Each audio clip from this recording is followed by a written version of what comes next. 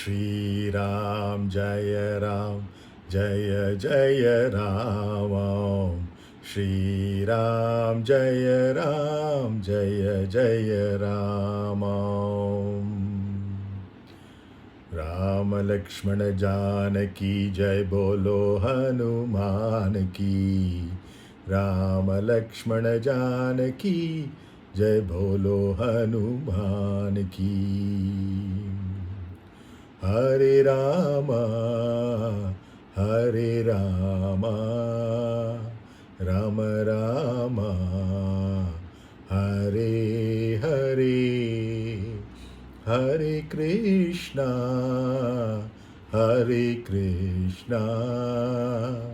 Krishna Krishna Hare Hare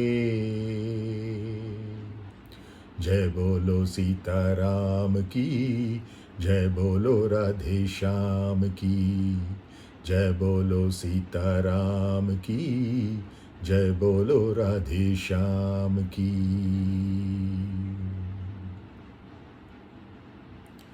Anjaneya Anjaneya Anjaneya Pahi Mam Hanumanta Hanumanta Hanumanta Rakshamam Ramadhuta Ramadhuta Ramadhuta Pahi Mam Anjani Putra Anjani Putra Anjani Putra Rakshamam Pavana Putra Pavana Putra Pavana Putra Pahi Mam Vanara Shreshta Vanara Shreshta Vanara Shreshta Rakshamam Shivavatara Shivavatara Shivavatara Pahi Mam Bajrang Bali Bajrang Bali Bajrang Bali Rakshamam Narada Shishya Narada Shishya Narada Shishya Pahi Mam Tulasidas Gurave Tulasidas Gurave Tulasidas Gurave Rakshamam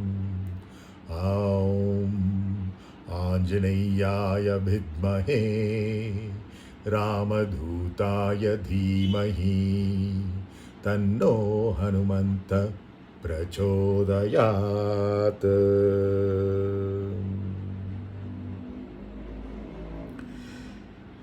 Namaskaram Vasnima. Namaskaram to the soul enlivening everybody, or rather everybody. Today's song selection is a Sri Rāma-navami curtain raiser. The song Sākéta nagara nātha is the Sanskrit kriti in the ragam hari-kām-bhōji, hari-kām-bhōji, which itself is the 28th Melakarta ragam, an upper causal melody which steals, kidnaps, and hijacks hari, those of our desires, kama, which have become burdensome, or bhoja. Hari-kām-bhōji, that which steals those of our desires which have become burdensome. Yes, some desires become burdensome, especially if we neither desire for all nor desire for none. We always desire for some, and which means that we do not desire something else. It's when this dichotomy comes up that desires become burdensome. On the other hand, if we desire for all, then our desire is for everythingness or Vishnu. Or if we desire for none, then our desire is for nothingness or Shiva. In those cases, the desires are never burdensome, but only when the in-between case comes, then we have a situation where kama becomes a bhoja, and then you have to let it be stolen, kidnapped, and hijacked. And that's essentially Hari. So that's the hari-kām-bhōji raga, which is the 28th Mela Karta raga, Mela being the upper and Karta being the causal. So it's one of the 72 upper causal melodies. The rhythm to go with it, or the thalam rather, takes a form. Yes, form means rūpa. So the rhythm that goes with this is rūpaka. Today's song has been composed by Sri Mysūrū sadā-śi-va Rao, or more fondly called as Rayaru in the Mysore court, about whom All India Radio, who has done phenomenal service for music in general and Carnatic and Hindustani music in particular, AIR have made a wonderful musical series which is available on YouTube as well, on Mysūrū sadā-śi-va Rao amongst many other great Carnatic composers. There's a 7 or 8 episode series on Sadā-śi-va Rao himself, who is considered to be one of the foremost of the Mysūrū style of Carnatic music, apart from, of course, the kings, the Vodiyars themselves, especially Krishnaraja Vodiyar III. Well, I'll share a very interesting short biography of him. He's a person who lived in the 19th century, for almost the entire 19th century. I will share a very interesting anecdotes from his life after Vasandima's performance. But for now, a demo. Yes, as promised, a live, real-time demo of the advaitic, yogic, or siddhā interpretations of Carnatic, or for that matter, any consecrated lyrics whatsoever, to enable you also to come up with such bhashyās or kārikās all by yourself. An anonymous proverb quotes that it's better to teach a needy person farming in the long run rather than merely provide food for him or her in the short term.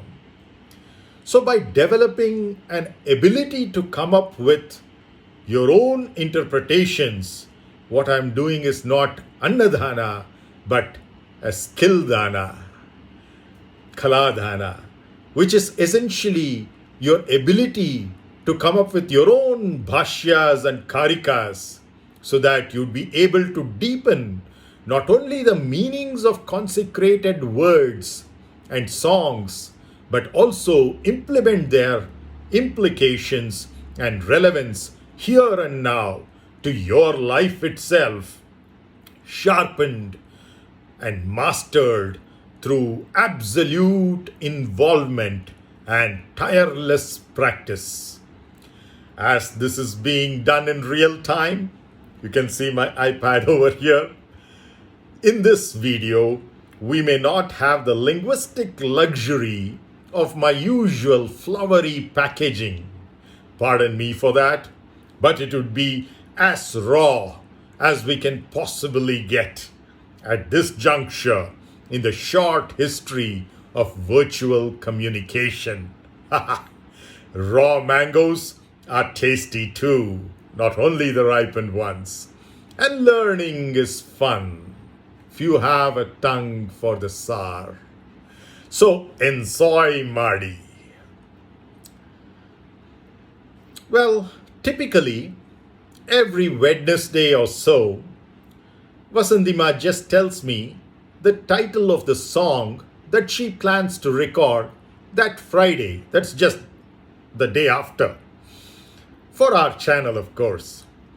The absolute blank Dumbo or jnana shunyam that I am with respect to Carnatic music, amongst most other things as well. I have no idea what she is referring to. Doesn't even ring a bell somewhere. But her advance notice gives me a day or two to get to actively listen on my green AirPods Max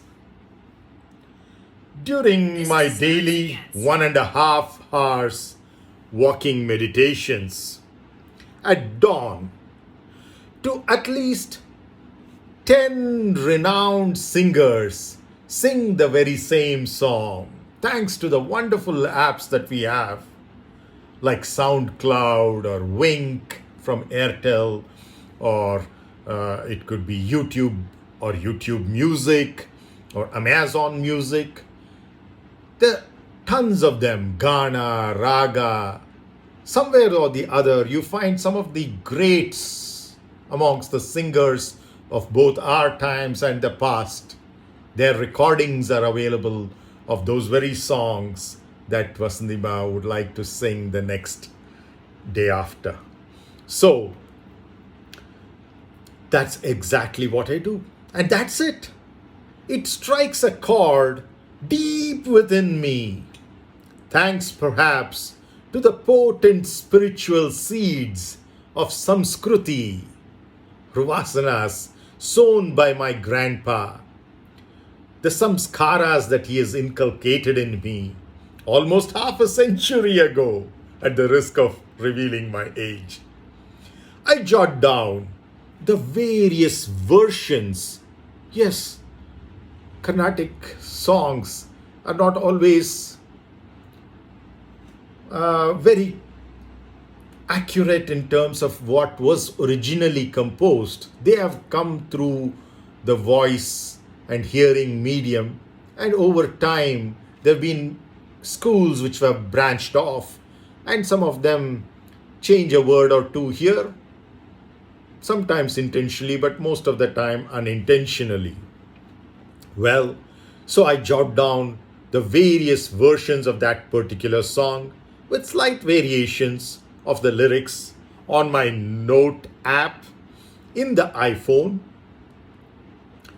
which is recording this video, by the way. Then I get to meditate on each of those profound words. You see the lyrics over here as an example of today's song, because that's part of the real-time demo that I wanted to give, how to come up with an interpretation all by yourself, like how I do. So I get to meditate, yes, on each and every one of the words in the lyrics, because they are so profound. None of them are just added for the poetry's sake alone. Yes, poetry comes as part of it, the rhyming and things like that, essential aspects of poetry and of song, and of ragam and talam. All that is there. But the sahitya in itself is the guru, and it's amazing how it can lead us from darkness and to light. Tamasoma jyotirgamaya. So I get to meditate on each and every one of those profound words in the lyrics without letting my memory from the past, emotions, imagination of the future, or even logic for that matter, to sully their deeply virgin meanings. And I mean it. Each one of these words have such a deeply virgin meaning that if we tend to put some masala or spice into it through our past memories, emotions, imaginations, or even logic for that matter, it sullies it, destroys the beauty and the originality and the ethos and the spirit of it. So no analysis whatsoever, just clear perception. A third eye kind of an intuitive perception is what you need to develop if you need to interpret like me and give an advaitic interpretation or a siddhā interpretation or a yogic interpretation of the thousands of songs that we have inherited both in Carnatic and Hindustani. Hindustani, of course, the lyrics or sahityam is limited, but the raga alapana, the elaborations are profound. But even those few words of the sahitya there, or the lyrics there, are again very, very deep in meaning. So, no analysis whatsoever. That's one of the rules. And all the rules are my rules. I tend to follow them as if it's the only way to be. Just clear perception as a silent witness. Yes, you witness these words, these sounds. Witnessing is not only through the eyes, you can witness through active listening as well. Let me turn off the notifications so that it doesn't disturb you. Right? So, first of all, no analysis. Secondly, clear perception, by which I mean being a very silent witness, not letting your mind and intellect spoil the whole show. Recognizing the fact that the song is sung not in praise of some distant God somewhere, sometime, but in praise of ourself. Might sound bombastic, might sound egoistic, but the ego that we are talking about here is of the real self with a big S. And there's no such danger over here. Only the ability to unravel the truth. So remember, every one of these songs, whatever others might claim, if you look deeply into it, it is a song in our own praise. Not the praise of this body, not the praise of our mind, not the praise of our intellect, of our senses, or of our organs of action, but of the real us, ourself, the Atma, the Brahman. Various forms of it can be there. Various attributes of those forms can come up. Various names of those forms can come up. But essentially, they're all songs of praise to us. So next time you ever listen to any spiritual, religious song, from whichever religion it might be, just recognize that it's a song in your own praise. It's a song, even if it's not a praising song, whatever song it is, it's addressed to you, the real you in your anahata chakra. Then you tend to relate to the song in a much deeper fashion, and you get the utmost benefit of listening to the song. One is just an artistic appreciation. Music listening is a skill that is obtained as much as music rendering, and that is one level where you just enjoy the music as an entertainment. But to have music itself as a sadhana, the sadhana as it is called, then you have to deepen your perceptions, and that's possible only if you recognize that those songs, whether somebody else is singing it or you yourself are singing it, it's all for ourself. So it's not for some God somewhere, sometime, but in praise of ourself and our true glory here and now. Not of what we might become in the future or what we were in the past, but what we are right now, here. That's what is being glorified through these songs. Lo and behold, the result? A googly. It's the IPL season, so you know what I mean. And that googly, that many a times in fact, I myself am bowled over by. What? Dinesh, Diku, you did that interpretation? Yes, I know it's not my body which did it, not my mind which did it, not my intellect which did it, but my real self, which is Brahman, that did it.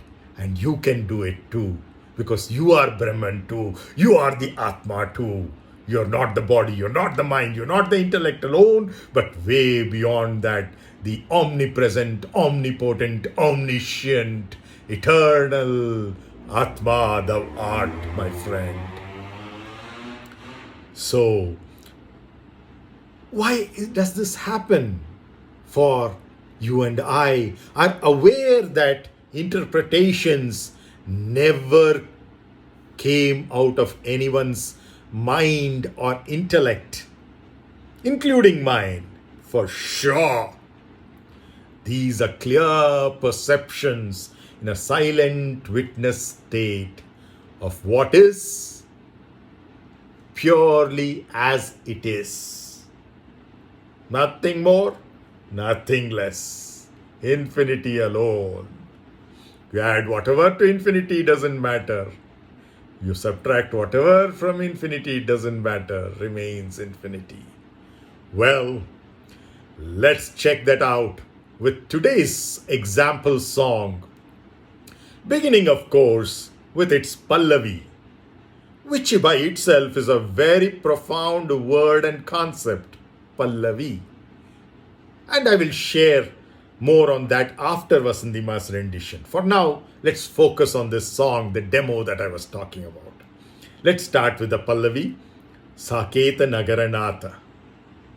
Right? That's the first line of the Pallavi. So you can see here. That's why I have all of it over here.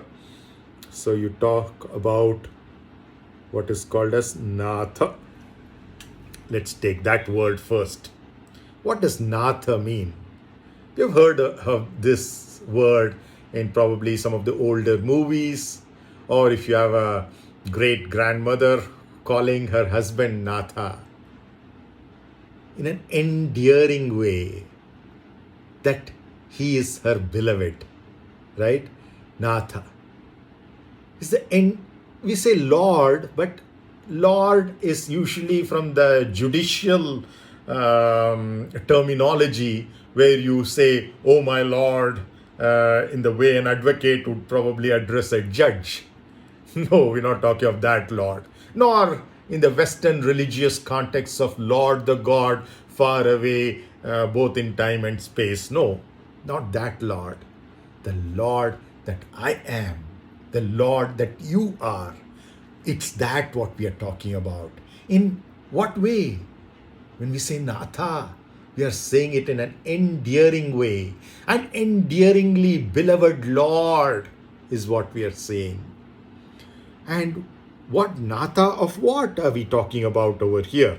Because this word nātha we have already understood now.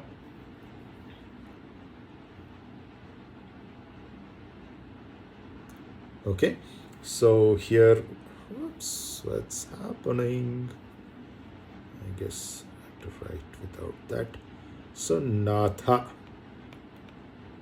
is the big tha. So that's what we have over here, right? Or in this case, there's no big tha over there, big a over there. So it's nātha. Okay, sākéta nagara nātha. So we are saying endearingly beloved Lord of the nagara. So that is what it is addressing. That is the next word, right? What is this nagara we are talking about now? Nagara, loosely translated as a city, but it essentially implies a civilized space, region, or dimension. Okay, that's what a city is, as opposed to, let's say, a mob or a crowd or something that is not following rules. Here, all the rules are my rules. Okay, whichever situation I get into, whichever nation I get into, whichever person I am with, doesn't matter. All the rules are my rules. Wherever I go, whoever I am with, whatever situation I am in. That's essentially what we are talking of as a nagara. And it's a nātha of that nagara. So endearingly beloved Lord of the city, essentially a civilized space, a region or dimension where every citizen follows the rules as if it is their own rules, knowing fully well that even before anyone else imposes those rules on them, they themselves adapt those rules as their own rules so that they can enjoy life as a game, as a krida, as a leela, and going up to higher and higher levels of challenges in that game. So that is the nagara nātha. But of which nagara? It's not any ordinary civilized space, region, or dimension. It's a dimension of sākéta. So that is the third word you have in the Pallavi over there. You see that it is sākéta. Okay? That is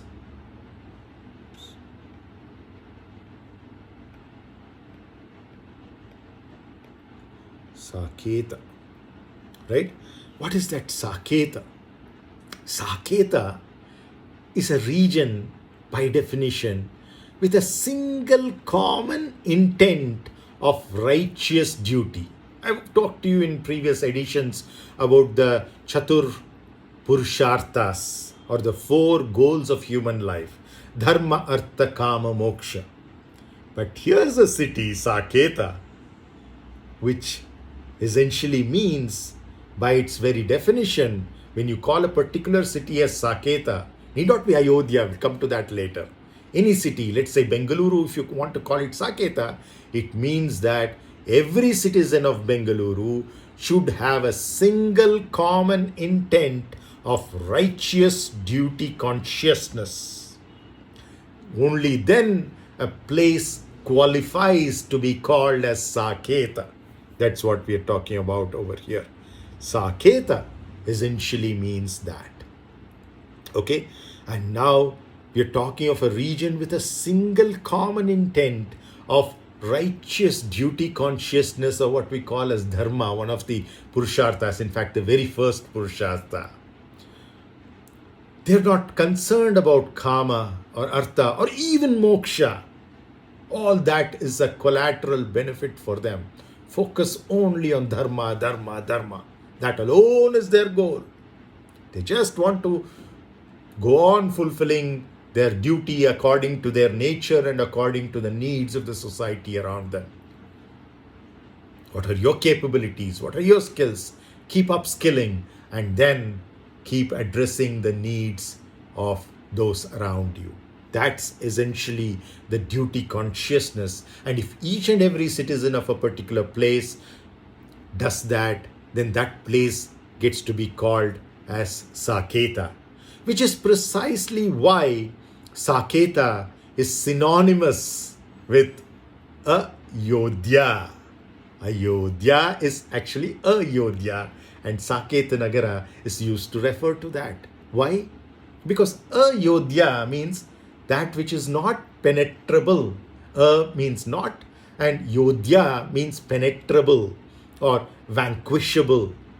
So that which is impenetrable or unvanquishable is called Ayodhya. And when can your city become impenetrable or unvanquishable? If and only if each and every citizen has that righteous duty consciousness as their own and only goal. So now that we know we are addressing ourselves, Sākéta Nagara Nātha means I, you, we all, our real self, the Atma, the Brahman. So that's what we are addressing. When we say Sākéta Nagara Nātha, we are talking to ourselves. And I've told you, I never use the plural there and say ourselves, because at body level there is a plurality, you and me. At the mind level there is a plurality, you and me. At the intellect level also there can be a plurality, though in closely organized teams the intellect slowly starts becoming one and accessing the universal intelligence. That aside for another day. But right now we are addressing ourselves when we say Sākéta Nagara Nātha. So that's essentially the first line of the Pallavi.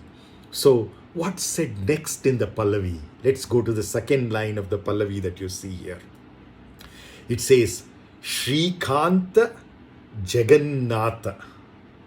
I have put hyphen to make those compound words into smaller pieces so that we can meditate on each and every one of them and arrive at the interpretations, not at a superficial level, but far deeper where it affects us here and now and improves us and evolves us. So that's what Shrikanta Jagannatha actually means over here. And you know, once again, what are these things? Shri.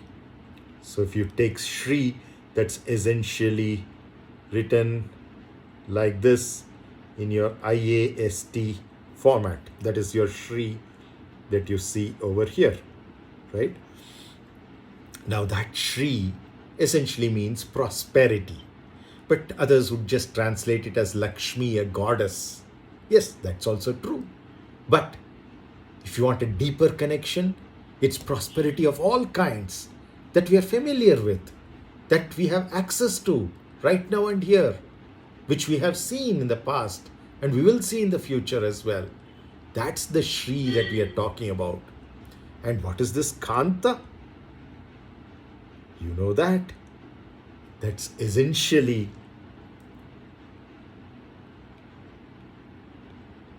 Kanta, magnet.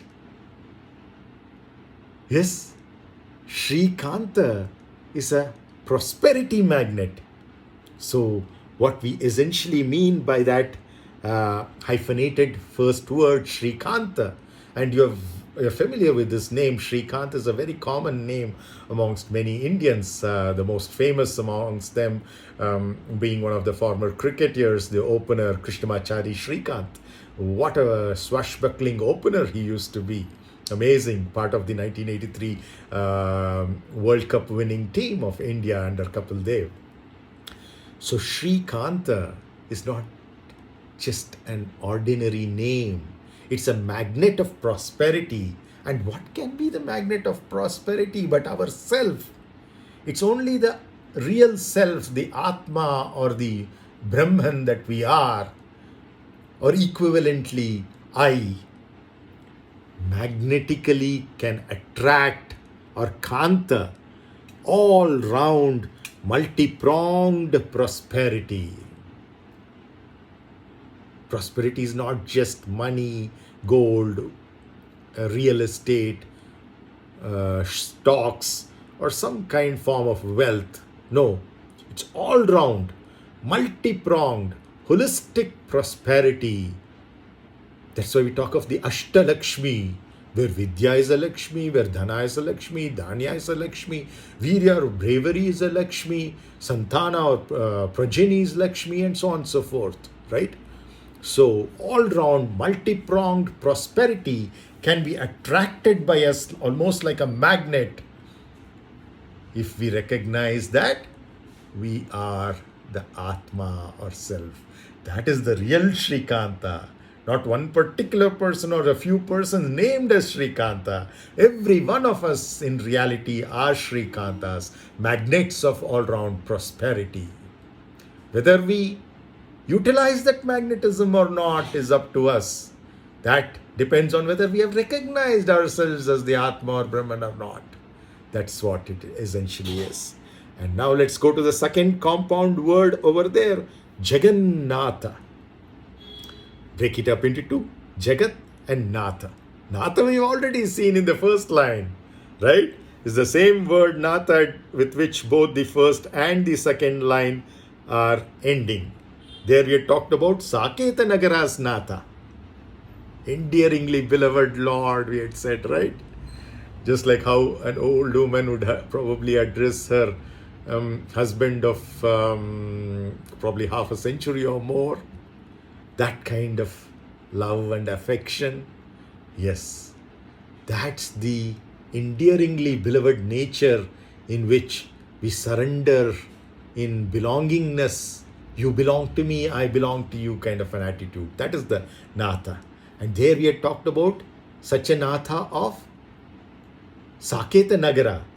Now we are expanding Sākéta Nagara from just one particular city where there is duty consciousness or dharma alone as the goal, to what? Jagat, the entire world. That is what we are talking about over here. So it's the entire world that we are talking about. And when we say Jagannatha, What are we talking about? Again, ourself, or equivalently, I, you, we, ourself, or I am the unbounded one who has mastered, or nātha, not necessarily lording over things. That's why I don't like the translation of nātha into lord, though it's commonly used because of its common usage in the judiciary and the Western religions to something too distant and somebody you look up to. No, this is what I am. Why would I look up to myself? Right? That would be stupid. So I am the unbounded one who has mastered, or nātha, not dictatorially like the usual lords, but Jagannatha does it in an endearingly beloved manner to the entire Jagat through clarity of perception, the third eye, intuition of what? The bounded materialistic world, or Jaga, of physicality. That's why nātha is also used to refer to any ideal husband, and Bhudevi's husband is referred to as Jagannatha, right? Narayana is supposed to have two spouses, Sri Devi, Bhudevi.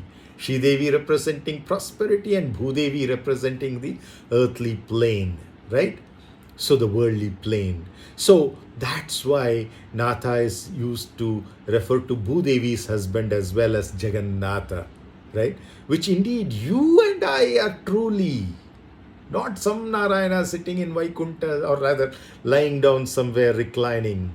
That also, no doubt, but that's for another day. It's more of a story and more of a symbolism that inspires us. But if you want to utilize these tremendous consecrated symbolisms, then you have to recognize that you are Narayana, I am Narayana. And we attract prosperity or Shri to ourselves. That's why we are Shrikanta Jagannatha as much as we are Sākéta Nagara. So that concludes the Pallavi over there. And you can see the beautiful image of Shri, or prosperity, over here, and her Kanta, the magnet that you see over here, that's ourself. And this is prosperity, and that prosperity is nothing but our mind as well. So this is our soul, also called sometimes as Ram, and this is our mind, also called sometimes as Sita. Janaka-ja-ramana, we'll come to that in the Charanam later. Okay, so that's essentially what we are talking about over here so far. We'll come back to more of this later, and this is in Ayodhya when they have come back for the Pattabhishekam.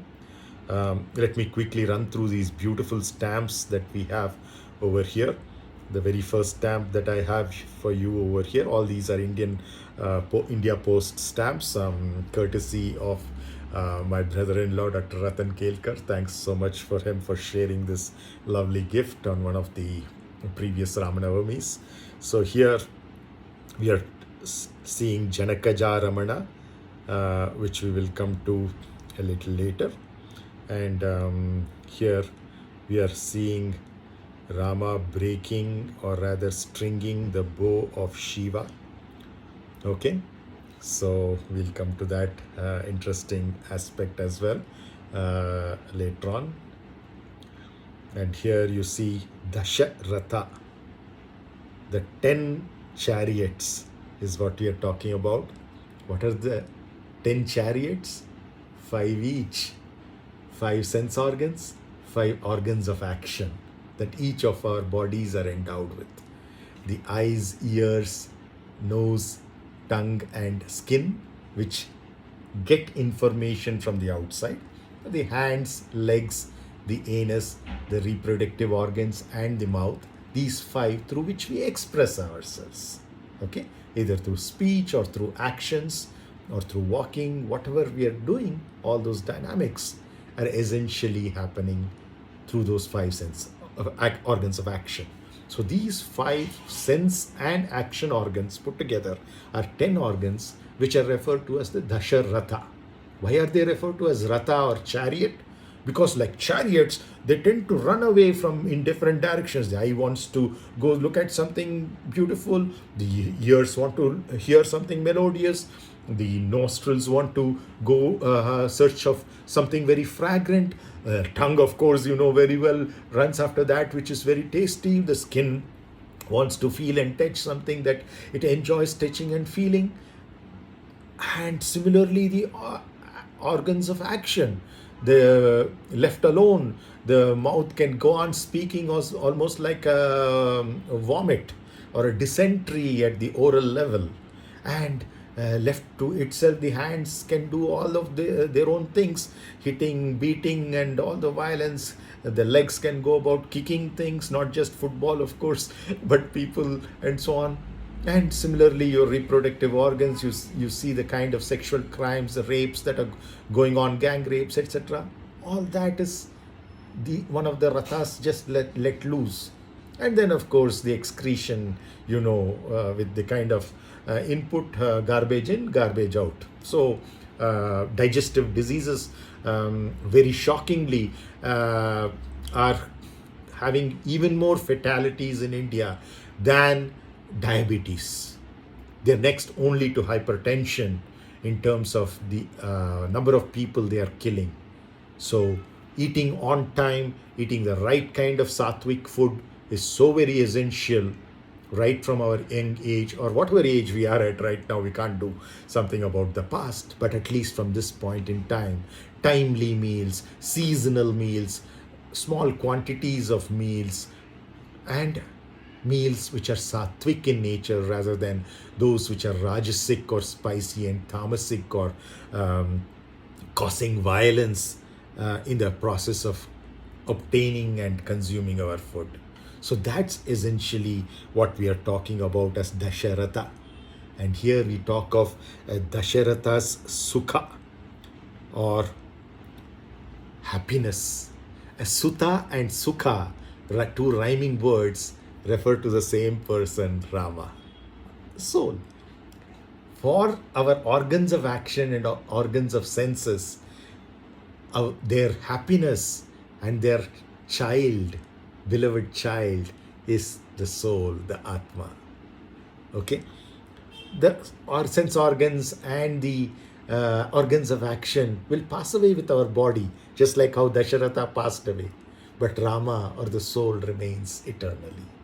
That's essentially what we are talking about. Let's go to the third picture over here.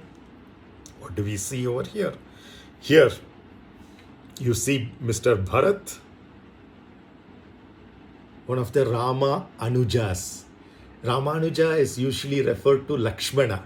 And the Acharya, Rām-ānuj-āchāryā, whose birthday comes up day after tomorrow, that is on Sunday. Amazing, the 18th of April is Rām-ānuj-āchārya's birthday, and the 21st of April, Wednesday, is Rama's birthday. Okay, and Rāma-anuja can refer not only to Lakshmana but to Bharata and Shatrugna also. Any younger brother is an Anuja. Okay, and that Lakshmana is essentially the Adi Ananta Shesha. Okay, referring to our physical body. And Bharata, who you see over here in this picture, is nothing but our intellect. So the intellect surrenders, as you see the footwear of Rama over here, surrenders to our Atma, and therefore is able to govern sākéta nagara, even in the absence of the Atma or soul. That is the power of the intellect. As long as it surrenders to the Atma, to our real self, ourself, then the intellect is capable of doing what the soul itself can do. So don't underestimate the intellect. It's a sharp tool, it is a tool, but once it surrenders to our Atma, our real self, even if the Atma is away, the intellect by itself can do its magic. And that's what you see here in the surrender of Bharata to Rama, of the intellect to our soul, to our real us. Okay? Being witnessed, of course, by all the people that you see over there. Next, what do we have? Kevata, a person who helps our self and our mind and our body, Lakshmana, to cross across and extend the journey of life. So we need a boatsman to do that for us. And what's the role of this boatsman, Kevata? Well, he doesn't come up in this particular song, but I have described it elsewhere in one of the Katham articles. So do go read that. Next, let's look at this. Very recently in one Vasandima's channel itself, we talked about Mr. Jatayu, right? And that's he trying to help our mind being taken away by our rajasic gunas, the 10-headed Ravana. But Jatayu by itself cannot do much. But it can convey that information to our real self that you see is the same Jatayu in an injured form over here. But once it conveys and passes on that information to ourself, the union between ourself and our mind becomes much faster. Next, we have seen this already. And who is this guy? My friend over here, my favorite hero in the entire Ramayana is our prana. Always on, so very easy to observe and get involved with. And it's only our breath which can bring back our estranged mind back in unison with ourself. So Rama is separated from Sita, and you can see in between the Agnya and the Anahata chakra, this is the nostril, the lungs, the entire respiratory apparatus, which has the capability of raising our Kundalini Shakti from the Anahata to the Agnya, from the soul to the mind, and encompassing both of them into one.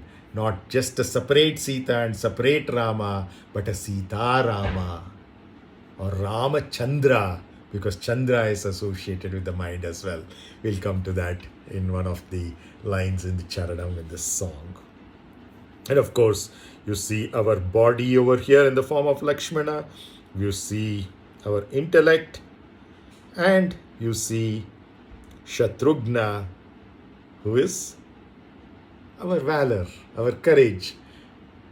The same concept that we use to describe Muruga is Shatrughna as well, that which can destroy all the Shatrus, which is what Muruga does as well, to go as the commander-in-chief of the army of the Devas and destroy the Asuras, of the Rajasic Gunas to destroy the Tamasic Gunas. It's exactly the role of Shatrughna over here. This is Adhyatma Ramayana. It's so beautiful. Another stamp from India Post is Shabari, showing the beauty of pure devotion, the innocence, just love, love and love alone. What we call as blind love. That's what is bhakti or devotion. Being completely addicted to whatever you're doing at that point in time. Once it's done, addiction is also gone along with it. And then a new addiction starts, whatever next you're supposed to do. This ability to keep moving on from one to the other makes addictions not so dangerous. But if you stay on one particular addiction for way too long, you're doomed. That's not devotion. Okay. So this is the devotion to ourself again. Then let's come to this one over here. Yes, our prana, the son of Vayu or the wind god, bringing a symbol of our soul to none other than our mind. Okay? To reunite them. That's the possibility of pranayama, one of the Ashtanga yogas, as we know. Yama, niyama, asana, pranayama, the fourth one. Then, of course, you have pratyahara, dharana, dhyana, and samadhi. Then you come here to see how the name of our soul, the very concept of our soul, of the concept of Atma and Brahman, is far more powerful than the Atma or soul itself. Yes, that's the amazing power of the Upanishads. And in fact, all of the Prashnatrayas, Upanishads, Brahma Sutras, and the Bhagavad Gita, that can have even more power than our soul or Atma itself.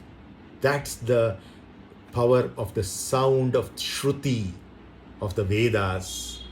That is amazing indeed. And that's what helped the entire army of monkeys cross the ocean, build the Rama-setu, which still exists as an engineering marvel, and go ahead and reach Lanka before they can engage in a war to get back our mind, to reunite with our Atma. So that's essentially what we are seeing, is the army of our soul, that which goes along with our breath, Hanuman, all those little sadhana aspects, the tasks that we undertake as sadhaks, like swadhyaya or spiritual reading, japa or counting the beads and reciting the names, or likit japa or writing the names, or puja or punar jayati iti puja, a renewal of ourselves. That all these kinds of things, invocations, consecrations, the path of knowledge, the path of action, or the integrated path of Sankhya, of Raja Yoga, of Karma Yoga, of Jnana Yoga, and Bhakti Yoga, devotion. All of that, small aids, small tasks, which are part of the sadhana or sadhaka's regular practices, spiritual practices, all of these come under that category. These monkeys who aid in the army. And this, of course, is our body again, Lakshmana. And then our breath, you just don't know the amazing things it can do, of medicinal value and of all other kinds of things. Diseases, especially the chronic ones, which are self-made out of self-help, these can all be gotten rid of, and first of all prevented even before they occur, just by observing our breath and having it as deep and as slow and long as possible, and the various other pranayamas that you have to learn from a authorized teacher, one who is capable of doing it. Then here you see the war has begun of our soul to get back the mind by getting rid of the rajasic gunas represented by Ravana, and even before that the tamasic gunas represented by Kumbhakarna, and of course taking the sattvic guna or Vibhishana onto ourselves side, Vibhishana. So that kind of encompasses this whole picture. So we'll come back to that later. Now let's focus on the Anupallavi over here.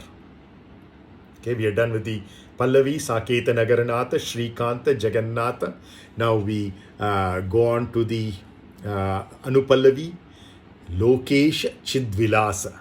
Okay, Loka is one half of the word and Esha is the other half of the word. And what do we mean by that? Loka Esha. So what we are saying is Loka, which is essentially the world, right? And we are talking of Esha or Isha, which is once again like Lord, not in the judicial or Western religious sense, but in a more endearing, beloved way. Not as endearing and beloved as Nātha that we saw in the Pallavi, because now we are talking of Anupallavi. Anu means an atom, a minor representation or a more subtle representation of the Pallavi.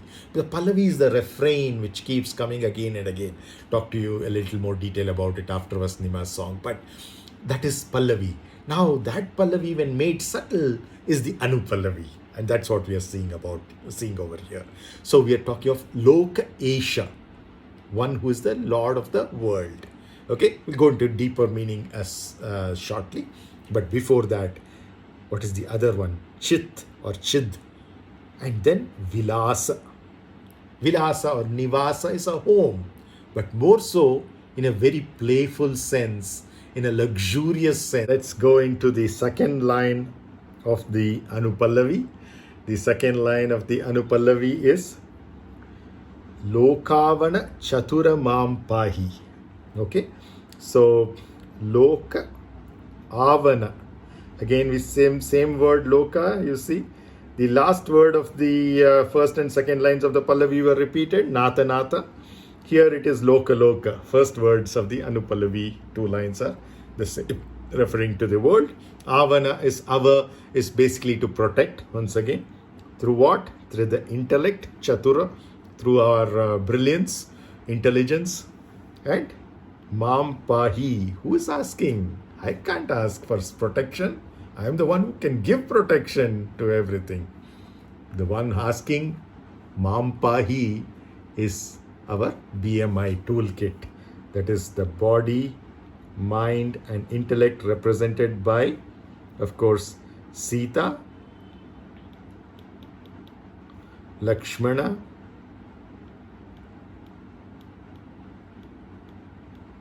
and Bharata. These three are asking for protection from Lokavana Chatura.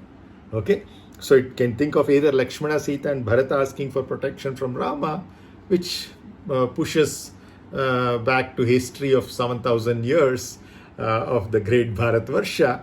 Nice, amazing history lesson, and also inspiration for very spiritual practices also. But if you want to deepen and experience it here and right now, it is our body, mind, and intellect which are seeking from ourself, the Atma or Brahman, for protection. Lokavana Chatura Mam Pahi. Okay, so let's look at each one of them in little more detail. So the first line, let's go back to in the Anupallavi, Loka Esha. A nickname of the erstwhile RCB and currently Punjab Kings and Caribbean run machine, Chris Gayle, is what? At least those of you who are into cricket will definitely know this. Universal boss. That's Lokesha. Loka Esha is universal boss. Right? Which is what Loka Esha means. I am Lokesha. Used to be a famous Kannada actor also by that name in the past. Such lordship or of Loka Esha or universal boss kind of lordship is earned by us. It's not just given to us. It's earned by us. How? Through our skill sets. What kind of skill sets are needed to earn this title of universal boss? one of utmost responsibility and crystal clear clarity of perception of the ultimate truth. If you have these two, utmost responsibility and crystal clear clarity of perception of the ultimate truth, then you directly and automatically qualify for being the universal boss. It's not copyrighted or trademarked or patented by our friend Chris Gale alone. It's you and I too, right? And that's as far as lokesha is concerned. The second half of the first line of the Anupallavi is chid vilasa. So with consciousness or chit itself as the playful resort or vilasa, chid vilasa, consciousness itself as a playful resort, with that kind of a situation, we are indeed thoroughly relaxed. Why do you go to a resort? Not just to come back tired, right? You want to get relaxation not only during your stay there, but after you come back also you should have that relaxation so that it can reflect on your work and other kinds of relationships, etc., right? But many times that's not happening because the resort that we go to is not our consciousness. The ultimate resort, not just 5-star, 7-star kind of resort, but infinite star resort is our consciousness. If we go and freak out in that resort of the chit vilasa, as it is called, this awesome infinite star resort, then with consciousness itself as a playful resort, because you have to be playful, do leela when you go to a resort, right? And then we are indeed thoroughly relaxed and spontaneously sportive at heart. Spontaneously sportive at heart. So that's what Chidvilasa, Lokesha Chidvilasa is all about. Next, in the next line we saw Lokavana Chatura Mampahi. Lokavana Chatura Mampahi. Okay? Loka Avana. Ava, protect, right? So operating from our heart center of the Anahata chakra, I'm pointing in the front, but of course it's all in the spinal cord in the back, but at the same vertical location when you're standing or sitting, vertically of course. Then operating from our heart center of the Anahata, we are of course the parent, protector, preserver, sustainer, what we call as Narayana or Vishnu, and maintainer of all the 14 dimensions of our existence. Yes, there are 14 planes of existence. At least 7 of them are in the positive sense, referring to our chakras. Mooladhara, Swadhisthana, Manipura, Anahata, Vishuddha, Agnya and Sahasrara, which we refer to in the Gayatri Mantra, the extended or the full version of the Gayatri Mantra as Aum Bhuha, Aum Bhuvaha, Augum Swaha, Aum Mahaha, Aum Janaha, Aum Tapaha, Augum Satyam. So these are the 7 planes, including the Mooladhara as the evolving planes. Then there are the devolving planes, similarly reflected downwards, which are essentially another 7. And so 7 plus 7 is a total of 14 planes or 14 dimensions of our existence, either devolved or evolved. And the ultimate, of course, Sahasrara, when we have become one with the omnipotent, omnipresent, omniscient universe. Right? So, while we are at the Anahata chakra, we have passed the 7 devolved ones, we have passed Mooladhara, Swadhisthana, Manipura, and then come to Anahata. It's not like a graduation or something, but essentially it's a part of the overall evolution process. So those things of the Mooladhara, Swadhisthana, Manipura continue to remain with you. All the benefits continue to remain with you when you come here. Like when you have gone through kindergarten, right? When you learned the alphabet, have you forgotten that alphabet or the number system that you learned there? That becomes the foundation building block, even if you are doing PhD or any higher degree on eventually for your jobs and careers. Without that language that you learned, without that math that you learned, etc., what are you going to do? So all that comes with you. Whether you use it or not is a different matter, right? It comes with you. Those are all things that you gain from Mooladhara, Swadhisthana, etc. And even from the lower planes of existence, never to be detested. They were all things that we have grown through in the past. We have evolved from that. So never look down upon those things. Those are our stepping stones, our foundation. For a building or a house that we build, the foundation is below the ground doesn't mean it is of low value, right? These days, basements are the in thing in terms of meditative spots, in terms of best places for bedrooms, etc. As long as the local rules allow for that. Well, so what we are talking about here is in Lokavana is operating from our heart center of anahata. We are, of course, the parent, protector, preserver, sustainer, and maintainer of all the 14 dimensions of our existence, referred to here as universe or loka, and that's why Lokavana. Creating it every moment. This loka that we have is not given to us. It is what we are creating. My universe, your universe, multiverse. That's what is the new physics. The modern physics is moving towards this multiverse system. It has for quite a few years now, maybe more than a decade. So creating it every moment, creating this universe every moment, and recreating the universe, our own universe, every other moment, right? No wonder we'll protect it. If it's our own creation, it's our own child, and we are its mother, obviously we will be Lokavana. And then Chatura is the next word that you see over here, right? Chatura. So what that means? Chatura, referring to the fact that we are deftly skillful. Chatura, smart ass. We are deftly skillful through our direct access to the universal intelligence. It's not some petty thing about our brain or our brain cells or even the gut. It's said to be even more powerful in its intellect compared to the brain for most of us. But beyond that, the universal intelligence is there for us to access for free. Like free Wi-Fi in public Wi-Fi systems, right? Not the slow speed ones that you are familiar with in airports, etc. But super speed, gigabits per second, right?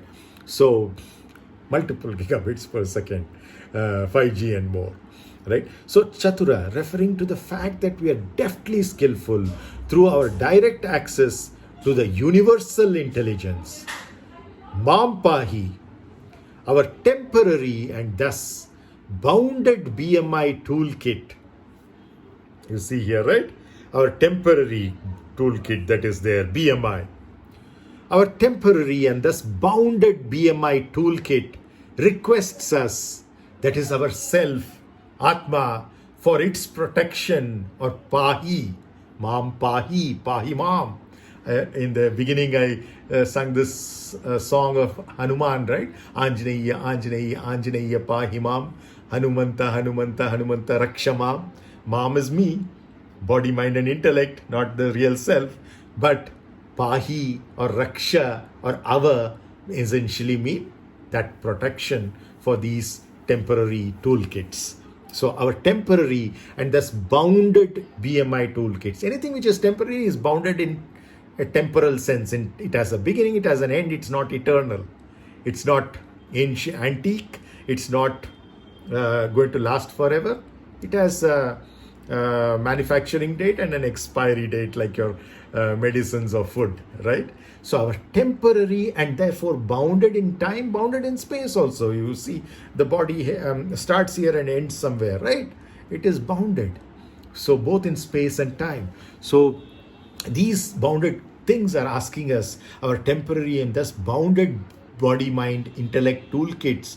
It's not just the body, but the mind and the intellect also are requesting us, that is our self or Atma, for its protection or pahi through the fundamental. Interesting question. Through the fundamental understanding of our BMIs. Siri is also very interested in questions. That's the reason for its success and for Apple's success as well. Questioning mind is very, very critical. That's all the Prashnatrayas or Upanishad, Brahma Sutra and the Bhagavad Gita and the other Gitas are all about, right?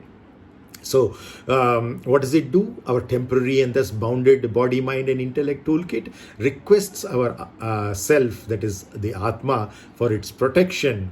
How? Through the fundamental understanding of our body, mind and intellect's nature, appropriate care, quanta, quality and timing of the food that we consume, not only the food for the stomach, but the food for thought as well, and the food for the emotions as well. And rest. The quanta, quality and timing of not only food, but of rest also. The quanta, quality and timing of the fresh bhutas, like the air that we breathe, the water that we drink, etc. All of that is very, very critical. The health of the soil, most important. And thirdly, efficient as well as effective utilization. One, we have to understand our body, mind and intellect. What is its nature? Then we have to feed it properly at the right times, right amount. Right? And then finally, we have to utilize our body, mind and intellect as long as they last. They are temporary tools. They are gone one day, very soon. But until then, can we utilize them in an efficient way and an effective way? That efficient and effective manner of utilization is very, very critical in saying Mam Pahi. So that kind of ends the Anupalavi. Now let's go to the Charanam. Okay, Charanam is the feet. That's the essential part.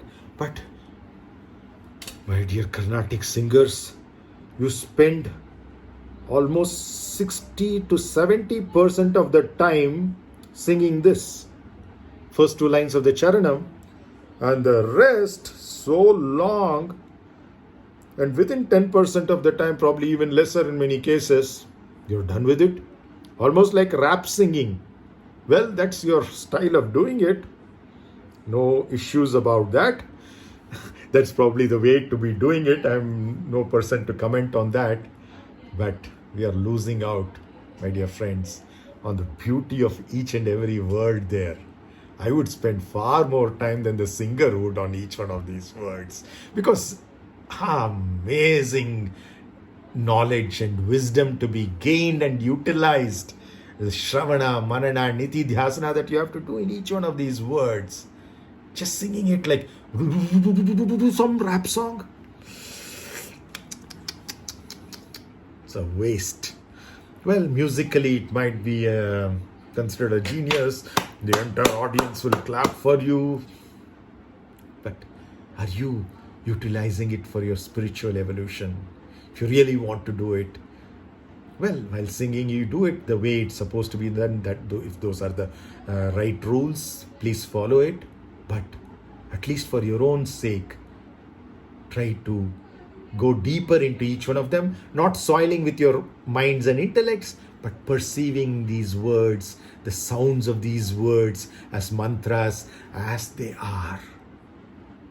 Absorb them into yourself deep inside. It does amazing things. And I'm speaking from experience, friends, experience. It's not just hearsay. It's a sadhana that I do this nātha sadhana, and I know how beneficial it is by going deep into each one of these words and spending time. That's all that the investment is asked for. Spend as much time on each one of these words, and just a single word is enough to take you to the ultimate moksha, mukti and nirvana, the ultimate salvation that you're looking for. Just relief from the cycle of births and deaths. But unfortunately, we're not willing to spend time saying, I don't have time. shows the kind of priorities that we have, the lack of understanding of the significance of the purpose of our life to get rid of this cycle of birth and death. So that's essentially what we have to move towards. So mere literal translations would just reveal the superficial surface or skin level meaning of this Pallavi and Anupallavi, right? Whatever we saw, even before we get on to this, whatever we saw over here, what do most people would translate this very, very simply as, you are the protector of the city of Sākéta. They would just say protector of the city of Ayodhya. And you are the Lord of, so you are, we'll go on telling about somebody somewhere so far away that we've already got the distance in space and time and no implication for our evolution. Imagining there is some devotion happening.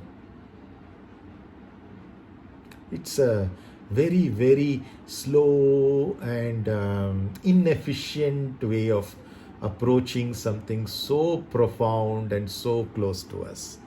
So what would such people essentially translate this Pallavi and Anupallavi as? They would say, you are the protector of the city of Ayodhya, you are the Lord of Lakshmi, you are the Lord of the universe, you are the Lord of the human race, you are sportive at heart, you preserve the universe with skill, you protect me.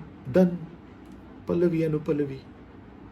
Not the depth that we went through so long, my dear friends. We took an hour or more, maybe close to 1.5 hours. But what we gain there is the real knowledge and wisdom and evolution and moving closer to the purpose of our lives. So let's inculcate this in our listening comprehension as well, to understand the Sahitya in a deep sense. So now from this simple example, I'm sure you understand the difference between a cursory literary and theoretical translation and a deeply drowning interpretation of practical relevance. That's what we can achieve by going through this. So now let's go through the charanam. Okay, so here's what we have in the charanam. Rajita Amarapala. Okay, let's blow this up and get close. So what you're talking about here in the first line is Mara, which means mortal, death, and Amara, which means the negative of that, which may essentially means immortal.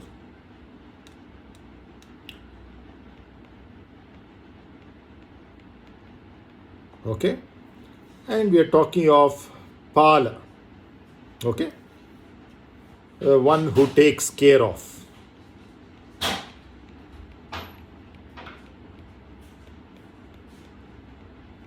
Okay, one who facilitates the growth, like a parent or a teacher or somebody who is responsible, right? And then we talk of here Rajita. Okay, so Raja means that which rules, and Rajita Amarapala.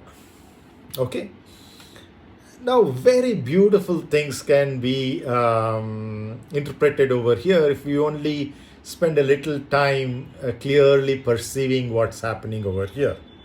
Okay, that which rules and which is immortal is essentially referring to the devas, which are nothing but symbolism for our rajasic gunas. What is our rajasic gunas? Our passionate aggression.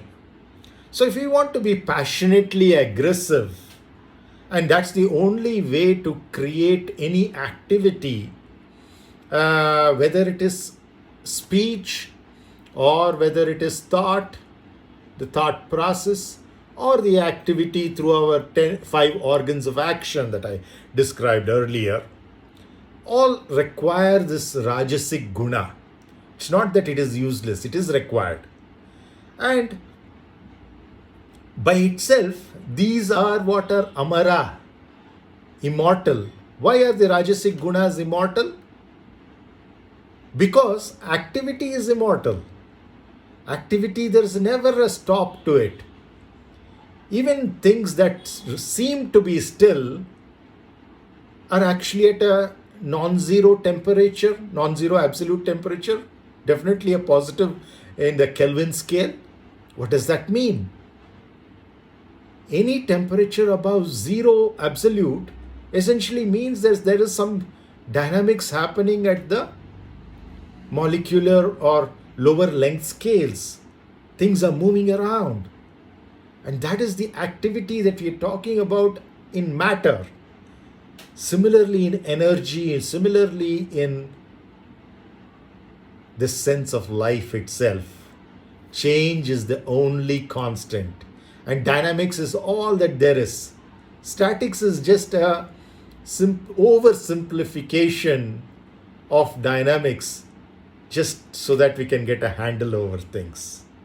But essentially, change is the only constant. It's all dynamic. And that's what we are talking of, Rajita Amara. And for that, who is the protector, who is the one who facilitates its growth, Pala, that is ourself. So ourself has to take care of the Rajasic gunas in order to carry out the rightful activities, the dharmic activities, to speak the dharmic words and to carry out the dharmic thought processes. For all of these, we require the rajas to be facilitated, and that's also one of the functionalities of our self. That is the Atma or the Brahman. And another very interesting thing is, if you have seen what is the name for the medals given in, let's say, in any of the games, be it Olympics or the national games, in Hindi we call it Swarna, Rajat and Tamra. Tamra, very close to Tamas. Rajat or silver medal, very close to Rajas. Bronze, silver, and then gold, Swarna, very close to Sattva. So that's essentially what we are talking about over here as well, in a silver sense. It's the second best. Sattvic gunas are the best, Rajasic gunas are next best, and the Tamasic gunas are the third best. But do you consider a bronze medalist as useless? Then please don't consider the tamasic gunas of lethargy, laziness as useless either. They have their own place. You need the tamas in order to get into sleep, and without sleep you can't live for long. So everything has its own place. We are made out of various volume fractions of tamas, rajas and sattva at various times during our day-to-day life and during our various stages in life as we progress and evolve as well. Slowly we increase the sattva at the cost of rajas and increase the rajas at the cost of tamas. But essentially they're all, at least small portions of it, of tamas and rajas, are also always essential. Okay, and some activities require a lot of rajas, like for example being in the armed forces and carrying out your professional duties might require a lot of rajas, right? So we have to understand all of this. Next, I have divided it as Rajita and Amara, but I could have also said Raji and Tamara. Tamara can also refer to not only bronze but Tamra, but also in terms of what we call as the lotus. Tamara in Tamil is lotus. So we are talking of Tamara Pala. And what does lotus represent? It is our dispassion.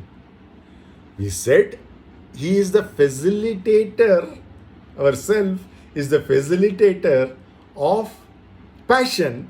Now we are saying he is Tamarapala also, he is the facilitator of our dispassion also. As much as we need passion for certain activities, we need dispassion in order for our spiritual growth. They have their own place. It's not like you like passion and you dislike dispassion, or the other way around. No. No likes and dislikes over here. Use passion where it is needed, use dispassion where it is needed. So Vairagya Palaka is also ourself. That's what we are talking about over here. So many. I'm just giving you a sample of the examples that are possible in just this one line. No wonder the singers go on reciting this line again and again, like 108 times japa and ashtotara, or even let's say sahasra namavali kind of a japa, 1008 times. No. There is so much of benefit by looking at it in depth. That's the reason each and every line here is so very important. Each and every word is so very important. Each and every syllable is so very important. How you partition and put them together is so important. At your own levels of perception, nothing is wrong. Nothing is right. But what do you perceive at that particular instant of time, depending upon your spiritual evolution at that stage? And what is it for you to grow further from that? That's what you have to look at. Okay? So that is Rajita Amara Pala, that which takes care of our passion as well as dispassion and facilitates their growth for the right purposes. Almost like a silver medal that we are talking about there. The second one is also ending in Pala. Like both the lines of the Pallavi were ending in Nātha. Now both the first two lines of the Charanam are ending in Pala. Okay, that which facilitates the growth, that which facilitates evolution. Okay, Pala. So Pala is there. Now we are not talking of Amara Pala, we are talking of Bhūpala. And Bhu, again, I already told you, it is the first plane in the evolved set of 7, as opposed to the devolved set of 7. That's the Mooladhara. We talk of the Bhu. Aum Bhu, Aum Bhuvaha. We talk of the Bhuloka, Bhuvaloka, Swargaloka. Right? So those are the first 3 lokas associated with the Mooladhara, Swadhisthana, Manipura chakras. So at the Mooladhara, where you have started your spiritual journey, where you have recognized through the intelligence that represented by Ganesha that yes, we have to go further up. That is what is Bhu, or the earth plane, where we have the opportunity to do our sadhana and move forward. So that's essentially what we are talking of as Bhūpala, that which facilitates that earthly plane of existence. And then we talk of Ramachandra. See, I've divided it into 2 parts, even though it's a single word, Ramachandra, because Chandra, or the moon, is essentially our mind. Is essentially our mind. Okay, it's the moon, but it's the mind. And it's also Sita. And this is ourself, with the biggest, nothing but our Atma. That is Ram, Atma Ram. Right? So whether you say Sita Ram or you say Ramachandra, means the same. And what does it mean? It's the bringing together of our self, the Atma, to the mind, Sita or Chandra, and saying that they are in an integrated sense. Ramachandra. They are getting integrated.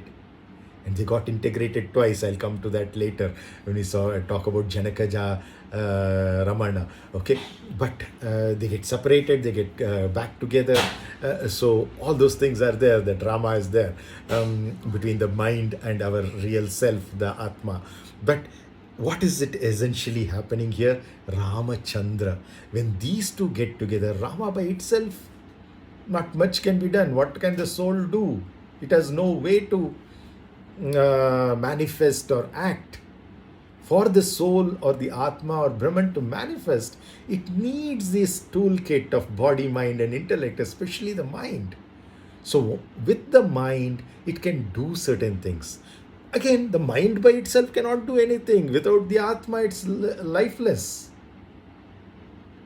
The subtle body that we have is of no use without the life source, the Atma, Brahman.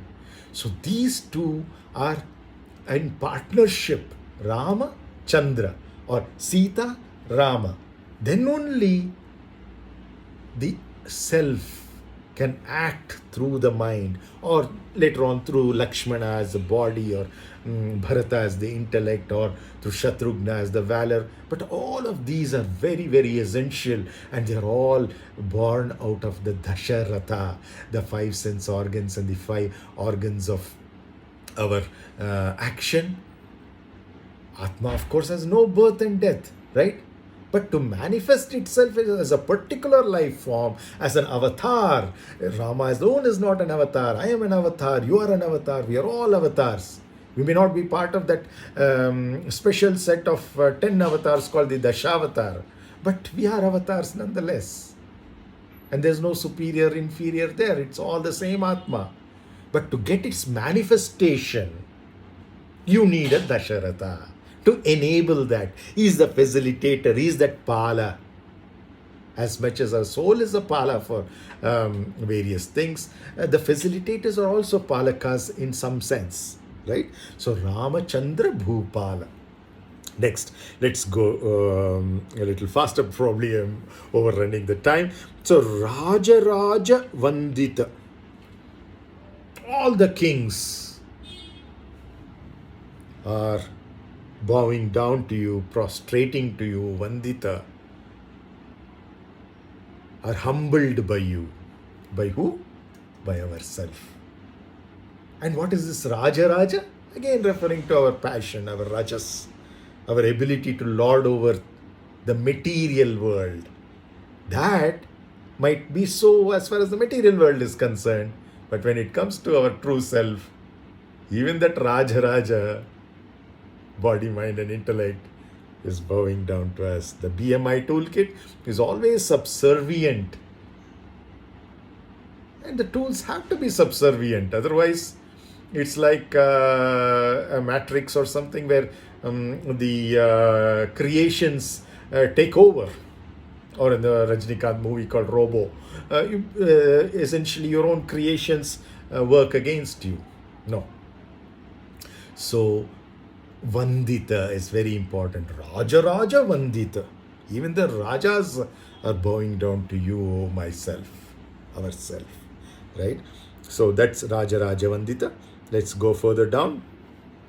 Sharana Yugala Dina Pala. Again, Pala is coming.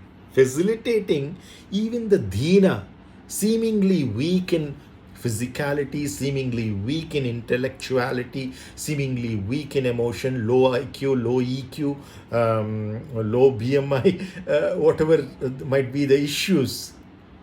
For those Dinas also there is a Pala. Wow, Charana Yugala, who have surrendered from yugas together, have surrendered unto you. Then obviously their growth, physical growth, emotional growth, intellectual growth, and most importantly spiritual growth is also assured by surrender. And Sharanagati is one of the most beautiful forms of devotion. Being devoted to your work is a Sharanagati to your work. And that's essentially what we are talking about.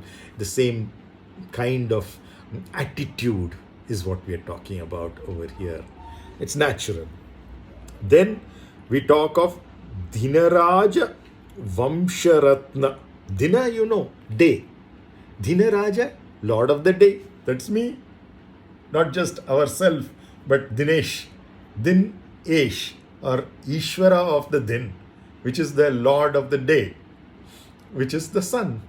So here we are talking of Dhinaraja, means the Lord of the day. This is Raja or king. And the day, So that's essentially together it means the sun. Okay. Sun Vamsha is Surya Vamsha, the one which belongs to the Surya Vamsha or the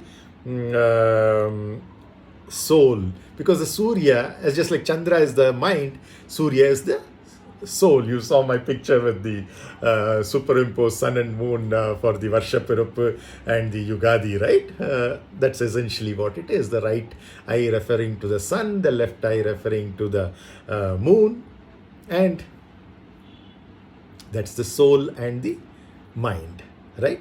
And we say Ganesha or any god in the Ashtotaras, there's one of the names is Soma Surya Agni Lochanaya. So Agni is also there. Okay, so the third eye, the fire of the third eye. So we are talking of Dinaraja Vamsha Ratna. Dinaraja Vamsha is Surya Vamsha, and Ratna, being in the Surya Vamsha itself is great. That is, what is Surya Vamsha is not just being born to some people like in the caste system, a son of a Brahmin is a Brahmin or son of a Kshatriya is a Kshatriya, etc., etc. No, we are not talking of that. Surya Vamshi. Surya is the soul, that who has inherited that spirituality, who has been in that lineage of the spiritual sense. In the Guru Shishya Parampara, that's the real Surya Vamshi. And if you are in that Surya Vamshi, that itself is great. And in that Surya Vamshi lineage, you are a Ratna. Ratna means, this Vamsha is lineage. Oops.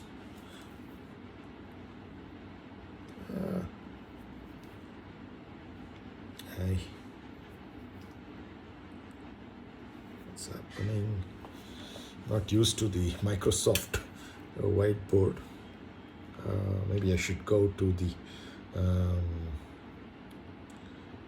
notes.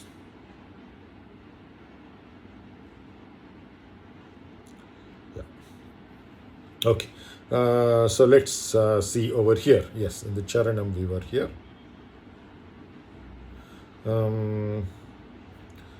Maybe not. Let's continue with this. Okay.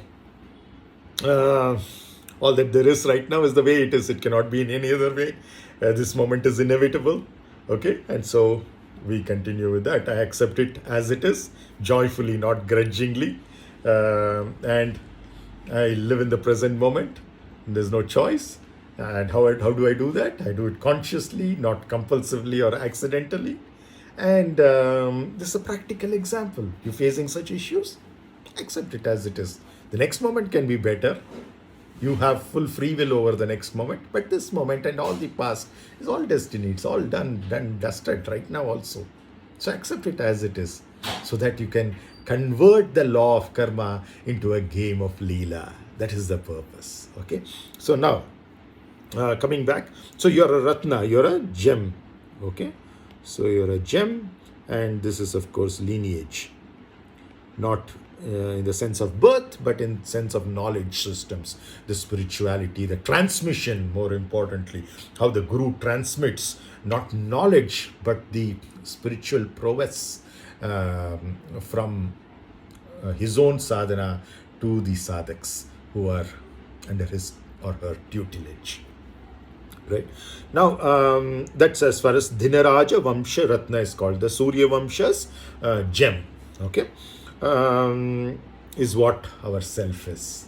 Not referring to some Rama somewhere, distant 7,000 year history, or Vaikunta, some location far, far away, so many light years away. No. We are talking of ourself as the gem of the spiritual lineage. Next, sadā-śi-va kavi-nuta. How do I break this up? I'm breaking it up as Sada and Shiva and Kavi and Nuta. Okay. So now, sadā-śi-va is also the name of the composer of today's song, by the way. Okay. So his full name is Sri Mysūrū Sadā-śi-va. Sri Mysūrū is a term that he got later in life, probably when he was 30 or so, and continued for almost half a century till his death and beyond. So Sri Mysūrū Sadā-śi-va Rao he used this pen name, sadā-śi-va, okay? Or mudra as we call it, okay? The stamp, the chop, right? So the mudra, Sri Mysūrū Sadashiva Rao or Rayaru used the pen name or mudra called Sadashiva, but our interpretation benefits and in fact dives deeper from Sadashiva's more poignant, I hope you can see, from Sadashiva's more poignant significance as our own eternal nothingness. Sada is eternal, always there, okay? Never born, never died, always there, okay? So eternal, Sada. Shiva, Shiva, that which is not, nothingness. So Sadashiva's more poignant significance is that it's our own eternal nothingness's poetic expression, kavinuta, because that's what he is talking about here, right? Kavi, you know already, that's the poet. And it is the poetic expression, nuta. Okay, poetic expression is what we are talking about here. And Sadashiva is, of course, our own eternal nothingness. So it's the poetic expression of our own eternal nothingness. The Sahasrara, right? So that's what Sadashiva Kavinuta actually means. Next, we also talk about Jita Sapatna. Okay, so Jita Sapatna. Patna or Patni, you know, is wife or spouse, right? And wife or spouse is essentially what we are talking of as our prowess. Okay, and this is not masculine or feminine. Whether your body is a male or a female, that doesn't matter. All of your energy is what you call as your wife. And all of us, the real self, we call it as the husband. Okay, it's just to a symbolism to make us understand. It has nothing to do with feminism or masculinism, etc. We are not talking of such things over here at all. It's not the physicality at all. So there's no biology involved, no gender involved. What we are talking of as sapatna is nothing but the mind. Okay, so this is our energy or our mind which we are talking about. And what did Rama, the actual historical figure some 1,000 years back, what did he do? He won over his wife, right? That was in the Swayamvara by stringing the bow of Shiva, our own nothingness. He won over. Again, he won over her one more time. You remember, right? At least one more time. That is from Ravana, right? So all the time, we have to win over our mind. The mind by itself has a tendency to be stuck up in something and not able to redeem itself. Whether it's in the Ashokavana of Ravana or in the amazing place of Janaka Maharaja, it's there where it is. It requires somebody or something's effort to go pick it up and bring it up to where it belongs, and that's the Atma or self, right? Our self. So Jita Sapatna is essentially referring to the fact that our self is winning over our mind multiple times. So our self is one which wins over, or the Rama or self is the one which wins over our mind or Sita at least twice, and as many a times as is necessary. Okay, so twice isn't that story, Ramayana, or history actually. But in our day-to-day life, our mind keeps going away again and again. Sometimes by its own volition, and most of the time by the Rajasic gunas which kidnap it, hijack it, right? The desires especially. Moha, matsarya, lobha, krodha, kama, all these things, the lust, greed, the pride, and all those arrogance, etc. Right? So Our self is one which wins over our mind at least twice and as many a times as is necessary, modeled here by Sri Rama, stringing our nothingness or Shiva's bow to partner or marry our own mind, that is Sita, for the first time, and utilizing all 8 limbs of the Ashtanga Yoga in general and pranayama in particular. Vayuputra Hanuman, you saw him there, right? Oh, I removed him, okay. That picture, you saw how Hanuman is going to Sita and getting her back, right? Reconnecting with the soul by showing the soul's ring to the mind, right? That is Rama's ring to Sita. So, in general, we have to utilize all the 8 limbs of the Ashtanga Yoga: Yama, Niyama, Asana, Pranayama, Pratyahara, Dharana, Dhyana, and Samadhi. But here it's showing in particular the significance of Pranayama or Vayuputra Hanuman.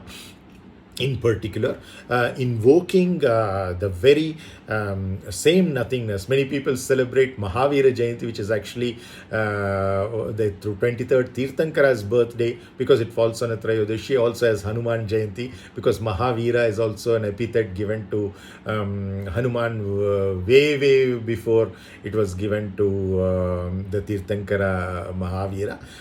But anyway, it's all saying that it's a great hero, Mahavira, that we are talking about. Jainism is a beautiful offshoot of Sanatana Dharma. It's an amazing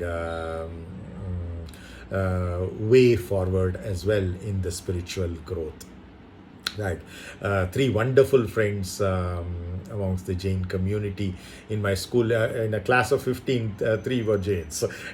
So I had wonderful times with them, great friends. And of course, on all flights that I've had to every one of the 46 countries I visited, it's always, whichever airlines it is, it's always booking Jain food, because they are far more stricter about not having the Rajasic food items of onion and garlic, were far worse than non-vegetarian items for those in the spiritual paths, those of us sadhaks.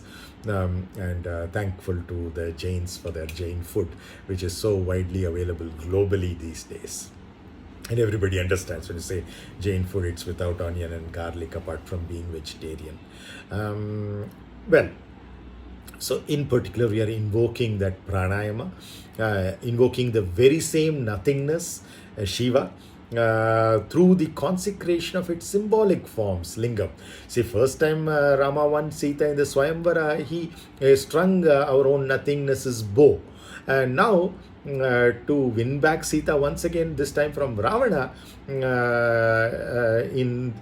had kept her in the Ashokavana, that is, our mind had been hijacked. So to, you know how difficult it is to release a hijack. So much of negotiation goes on, right? So the negotiation that is happening here is through the consecration of the symbolic form of our nothingness, that is the lingams that Rama did prana pratishtha for at Rameshwaram. Many people don't recognize this, but it's a beautiful thing that our self, that is Rama, consecrates symbols of our own nothingness, that is Shiva, of the Sahasrara, is the connection between the anahata of our self and Shiva or nothingness, the Shiva lingam in particular of the Rameshwaram kind, right? And of course, beautiful things about how Hanuman brings one linga, how Sita creates one linga after she's rescued, and both are consecrated by Rama.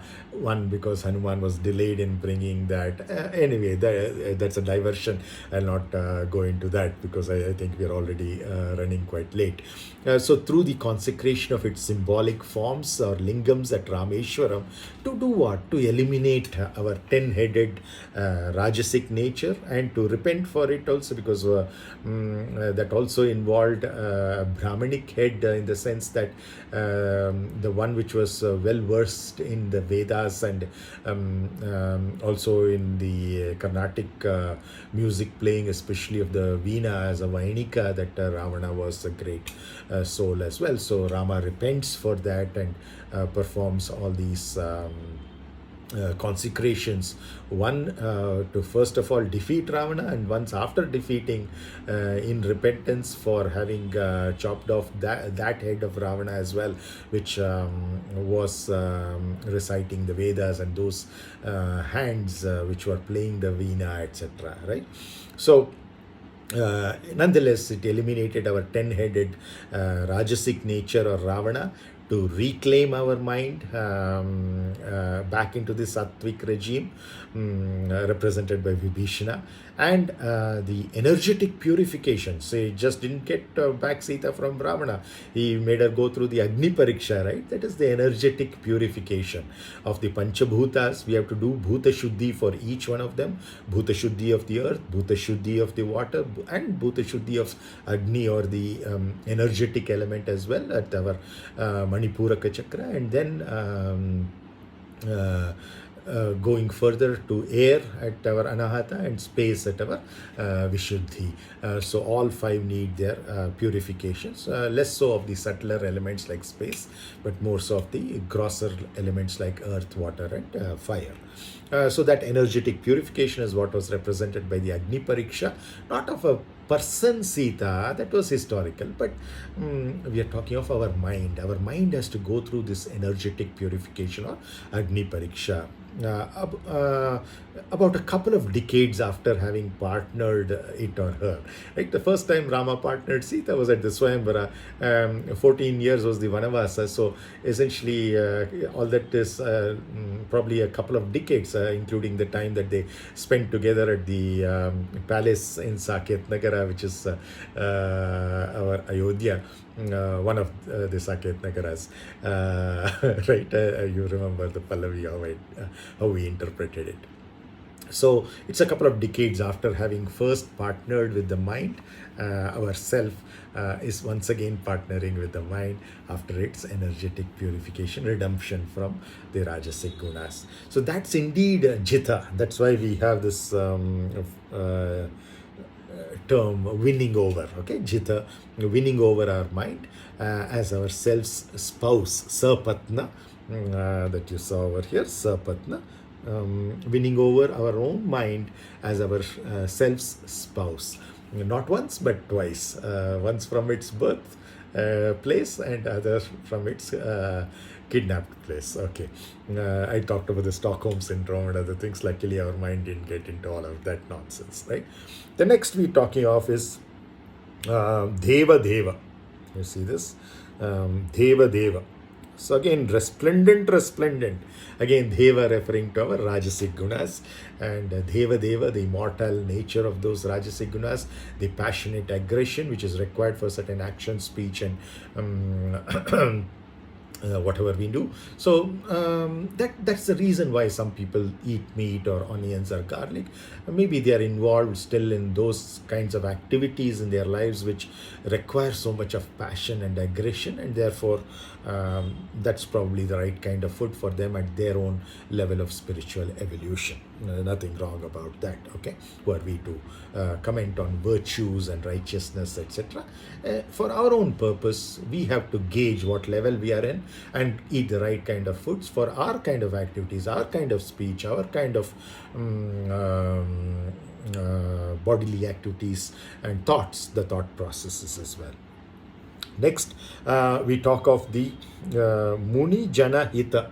So Muni is the saints, but here it represents our Sattvic gunas. So already we have taken care of the Rajasic gunas and Tamasic earlier. Now we're talking of the Sattva. Muni Jana Hita, welfare.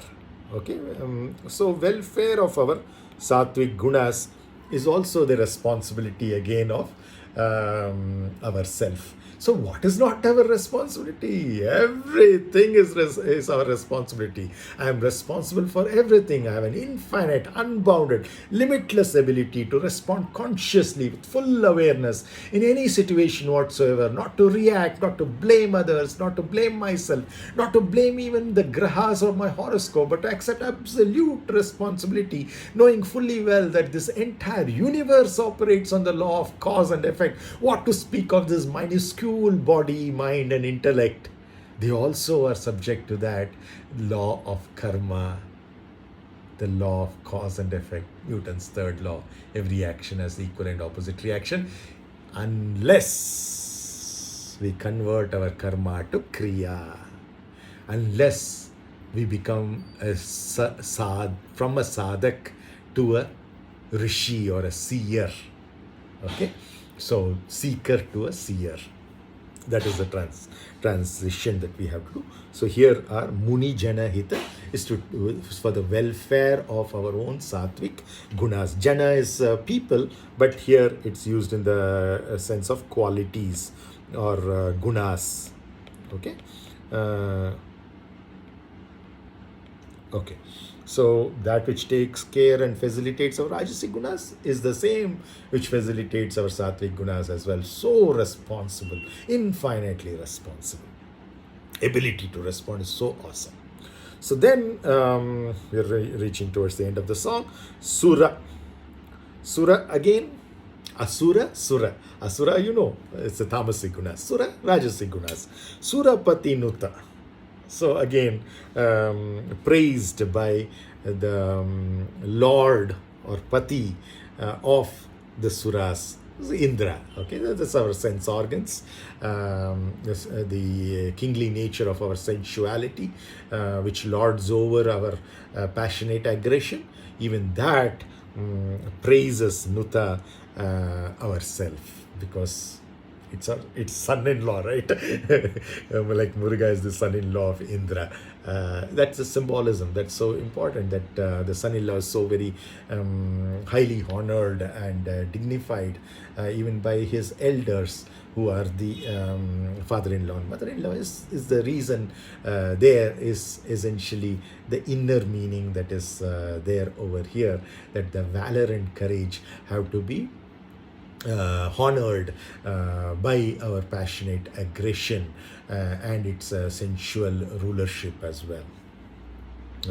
Not only honored but by being made the commander-in-chief, but by being made the son-in-law by giving one's own daughter in marriage as kanyadana.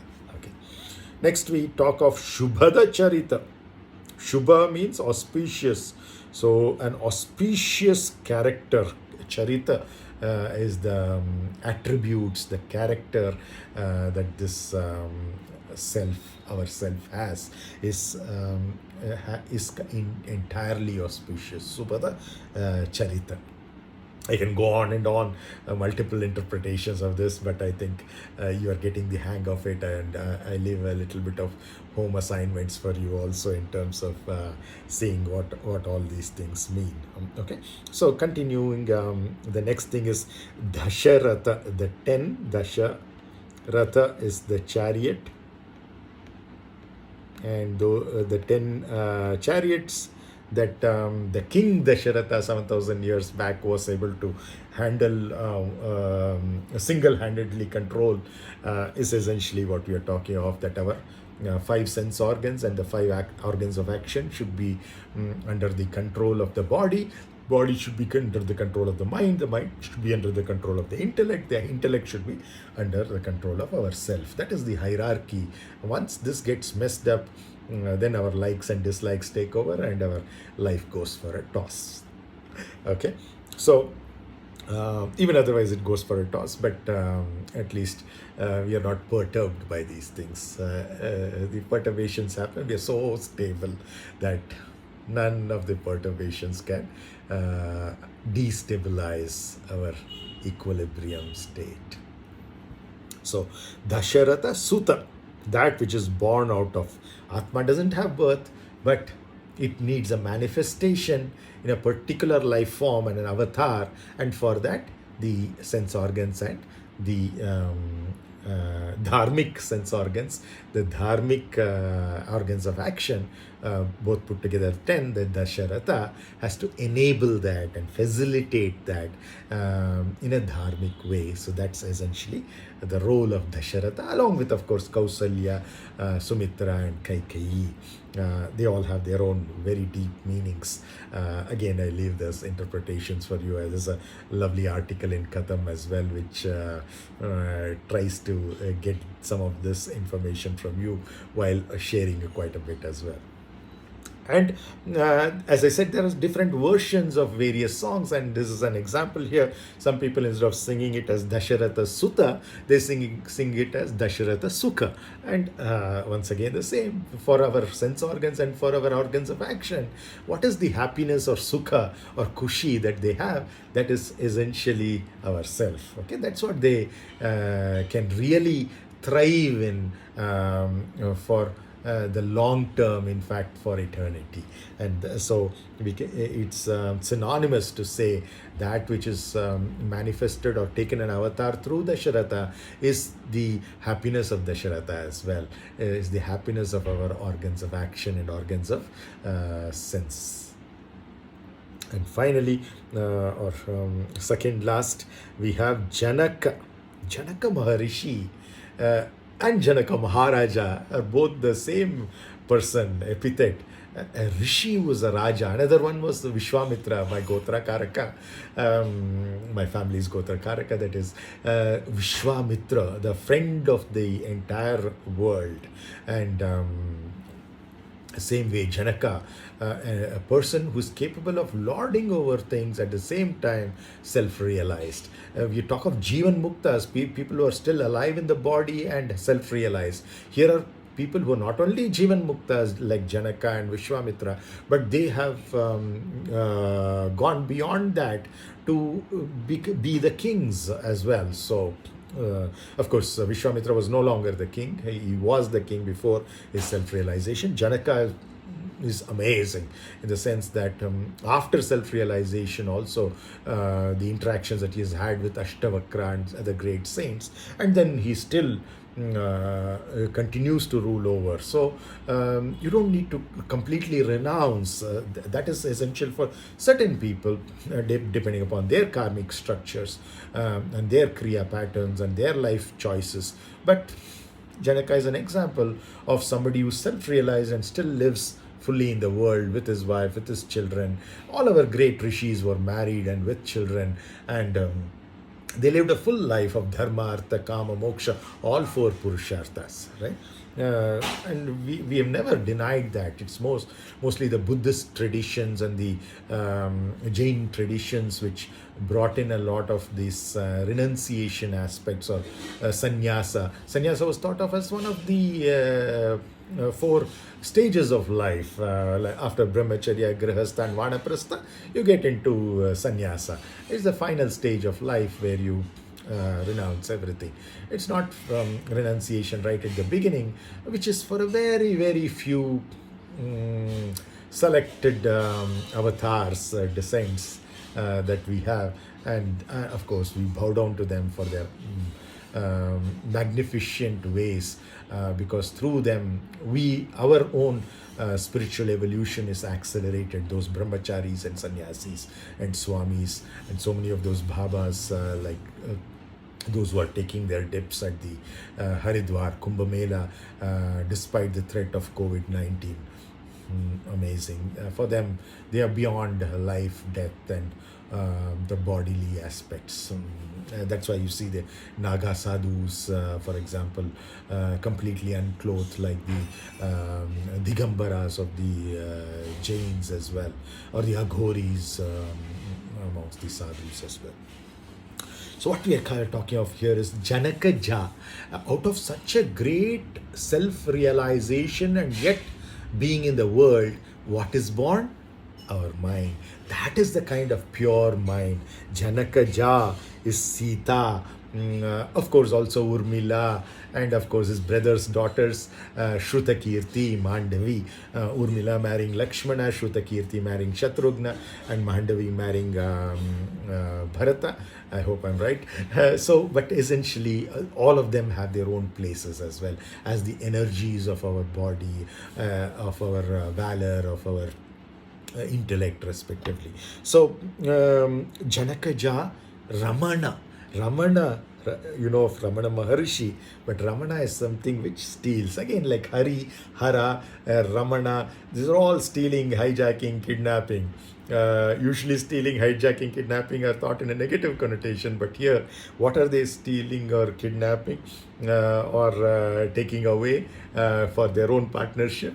That is our self, Rama, winning over Sita. It's a jita, it's a rightful winning over.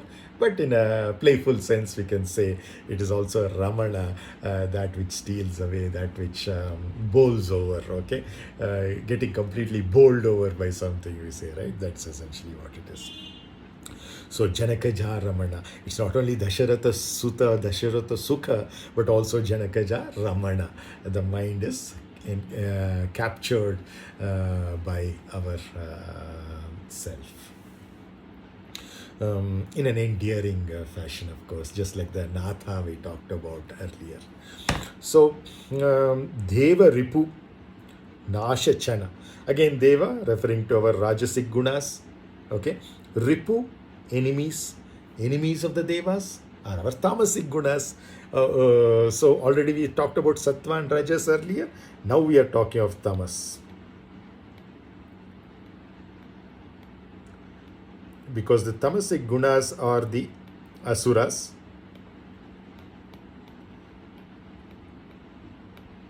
and they are, of course, the enemies of Ripu, of our Rajasic gunas. Tamasic, Rajasic.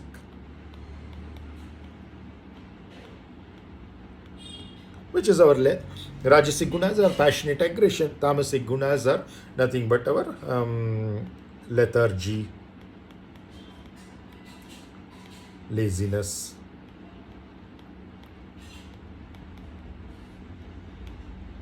inertia, call it what you want, okay? Which is essential, as I said, for sleep and a few other things that you need to do. Yes, so, but slowly, the tamasic gunas are reduced, the rajasic gunas are increased, then the rajasic gunas are reduced, and sattvic gunas are increased. Eventually, even the sattvic gunas have to be given up. Muni janas hita.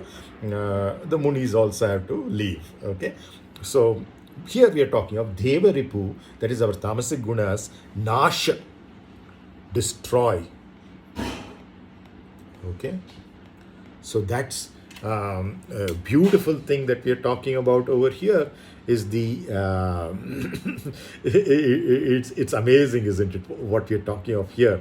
It looks like a wonderful story, history, but then it's happening momentarily in every one of our lives, and that's so amazing. And once you start looking deeper and deeper into this, many of which I've not put in words yet, you just get bowled over. I mean, it's so beautiful and so amazing. Please experiment with this. The whole purpose of today, of course, was a Rāma-navami special, but also to teach you farming rather than give you food. So, give you a treat. An ability to treat yourself. So please try and experiment with some songs or some spiritual literature, even prose, not necessarily a poetry or a song. Whatever you love, let's say you like Hanuman Chalisa or something that you've been reciting from your childhood days, let's say Vinayagara Gaval for many Tamilians or Kandashashti Kavasam. Try to go word by word and try to see how it reflects on your day-to-day momentary things. Well, I've not completed. I've talked about Deva Ripu Nasha. I've not talked about the last suffix that we have here, Chana. Okay, so we typically write this in the IAST for this kind of na, which comes from ta-ta-da-da-na, we put a dot over there. And this is chana. So what does this chana mean? Okay, so many people divide it into two parts and call it, put a hyphen there also and say cha na, and put a big the other na over there, that is the n, or what you write as the tha na, and which is a negation. Cha na, and cha, you know, like in chamakam, give something, asking for something, and I don't want that. Okay, so deva ripunasha chana, I don't want that. Okay, because it's already done, no more. I want the nasha of the tamasic gunas. I require a little bit of them for my sleep, etc. Please keep them. But another way of looking at it is as chana as a word by itself, which is the multiple angles, the perceptions that you give. So it's so beautiful again. I just fall in love with these things, because chana also means renowned or celebrated or skilled in something, okay, and famous for something like that. So that is chana. So we are saying that to ourselves, you are famous for eliminating nasha of whom? The enemies of our rajasic gunas. Our enemies, the enemies of our rajasic gunas or of the devas are the asuras or the tamasic gunas, and you are famous, renowned and celebrated and very skillful at destroying and eliminating those tamasic gunas, right? The ones below the Muladhara chakra, the 7 planes of existence below, making up a total of 14 that I talked about. So in our case, this chana that we are referring to here is a deva ripu nasha chana. It's basically who? Ourself. We are calling ourself what? These days, there's a very popular terminology, encounter specialist. You talk of some trigger happy cops who just think that the judicial system is taking way too long to give justice to those who they recognize in their own ways of justice, that these people are their living further is going to be of harm to the society or the nation. They just finish off their lives, right? It's called an encounter, and it's an encounter specialist. There are some cops, okay? You're familiar with some of them these days in the news as well. So, in our case, when we say deva ripu nasha chana, we are referring to an encounter specialist. So, it's your turn now, Vasandima, to even more impactfully convey this amazing truth of life, truth of the life itself, in a musical way. So, you are the one who's capable of doing that, not me. So, Vasandima, please go ahead. Sa pa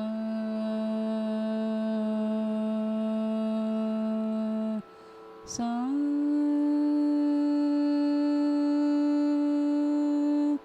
pa sa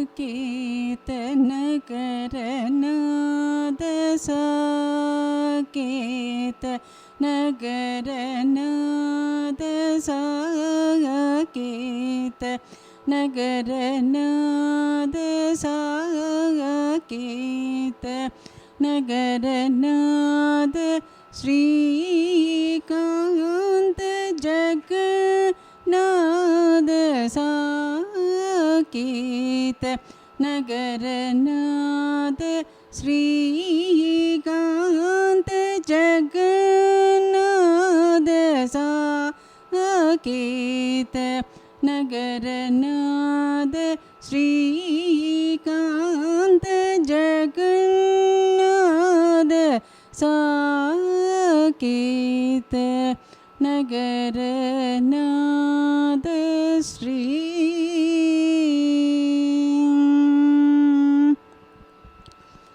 lokesha siddhvilasa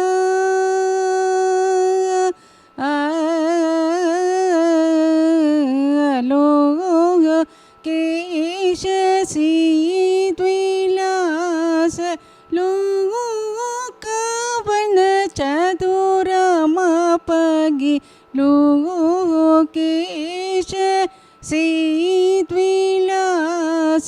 लोकावन चतुरमपगि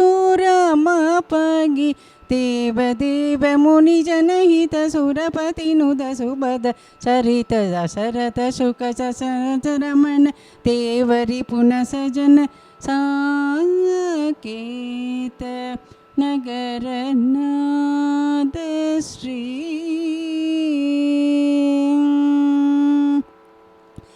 राचित Amarpal राजित Amarpal राजित Amarpal Ramchandra Bhupal राचित Amarpal Ramchandra Bhupal राजित Amarpal Ramchandra Bhupal राजित Amarpal Ramchandra Bhupal राजित Amarpal Ramchandra Bhupal राजित Amarpal राजित Amarpal Ramchandra Bhupal राजित Amarpal राजित Amarpal Ramchandra Bhupal राजित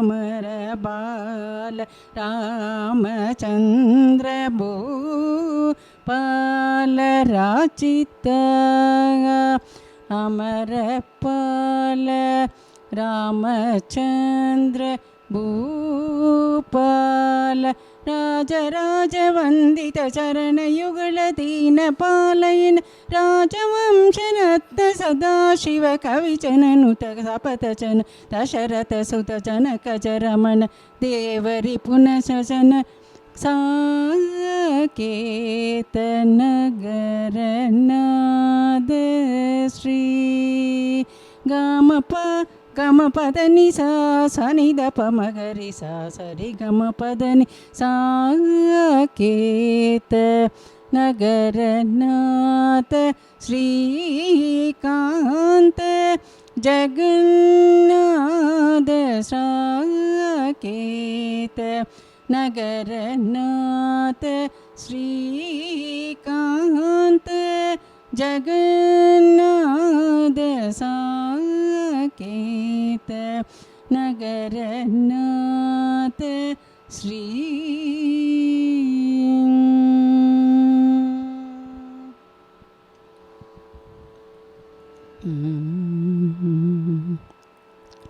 रघुपते Shri Ramchandra राघवा दयानिते रघुपते श्री रामचंद्र राघवा दयानिते रघुपते श्री रामचंद्र राघवा दयानिते माधवा श्रीराधिकेश गोविंदा हरे कृष्ण माधवा श्रीराधिकेश गोविंदा हरे कृष्ण रघुपते श्रीरामचन्द्र राघवा दयानिते राघवा दयानिते श्री रामचंद्र मूर्ति की जय.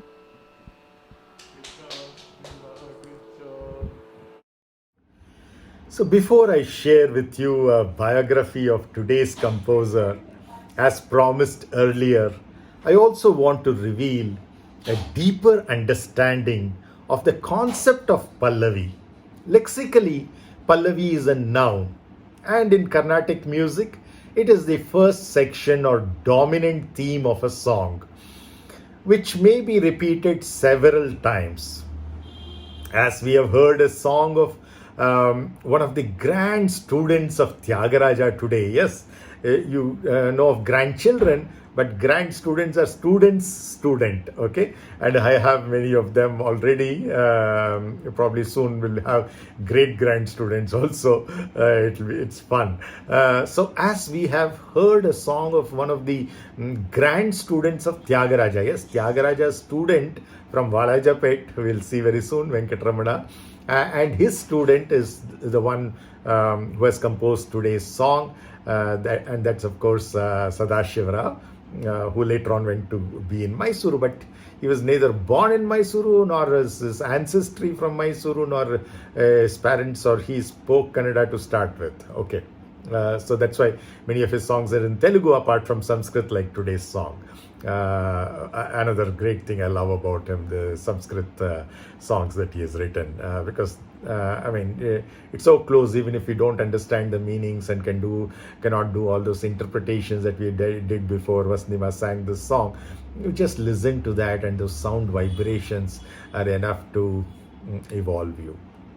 Just that we can further enhance it through all these kinds of further sadhanas, further techniques that we can bring up, right? So as we have heard a song of such a grand student of Tyagaraja, I would like to partly paraphrase and partly quote from the page numbers 473 to 474 for you from William Jackson's, not Michael Jackson, William Jackson's 1991 book, because Mike was still alive at that time, don't get confused. William Jackson's 1991 book titled as Tyagaraja, Life and Lyrics. So it's not only a biography of Tyagaraja, but also the lyrics of many of his surviving songs, because most composers, very few songs survive, and so is the case with our sadā-śi-va today as well. So in that book, very interestingly, the grand student gets mentioned as well, and that's why I'm referring to that.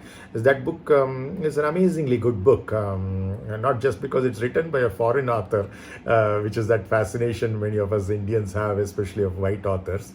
No, I'm not talking of that. It's of course published by Oxford University Press, London, but unlike many others which might be published by white people about Indians, which may or may not have that kind of rigor which Indians themselves publishing have, but still this is a remarkable exception. It's a very good book. And according to Bill, of course the short form for William, in the source language of Sanskrit, we call Sanskrit as the mother of all languages. The other will cite that. Who's the other?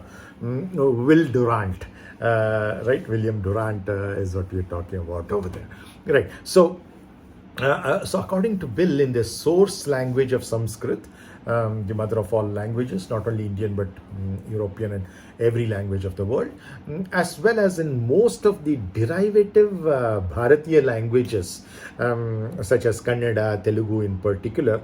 I mentioned that because sadā-śi-va was associated with that, but every other Indian languages qualifies for this as well.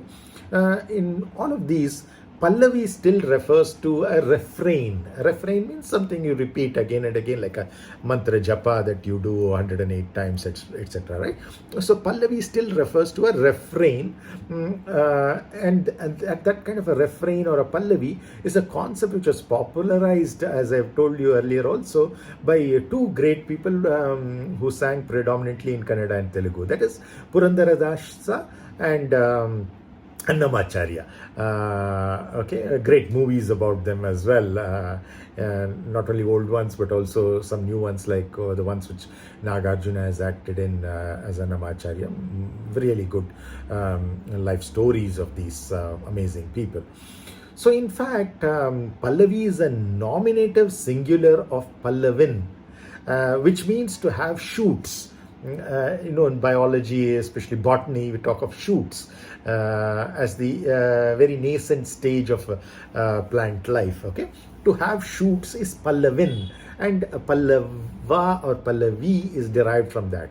So sprouting from the word pallava, which refers to a shoot or extension. Okay, some shoot is what? It's extending itself, right? Like we are extending our life, a life extension program for aging people or aging aircraft as well. So refers to a shoot or extension, as in the Pallava Empire. You would have heard the Cholas, Cheras, and Pandyas. Along with it, the Pallavas also we talk about, right, in Indian history.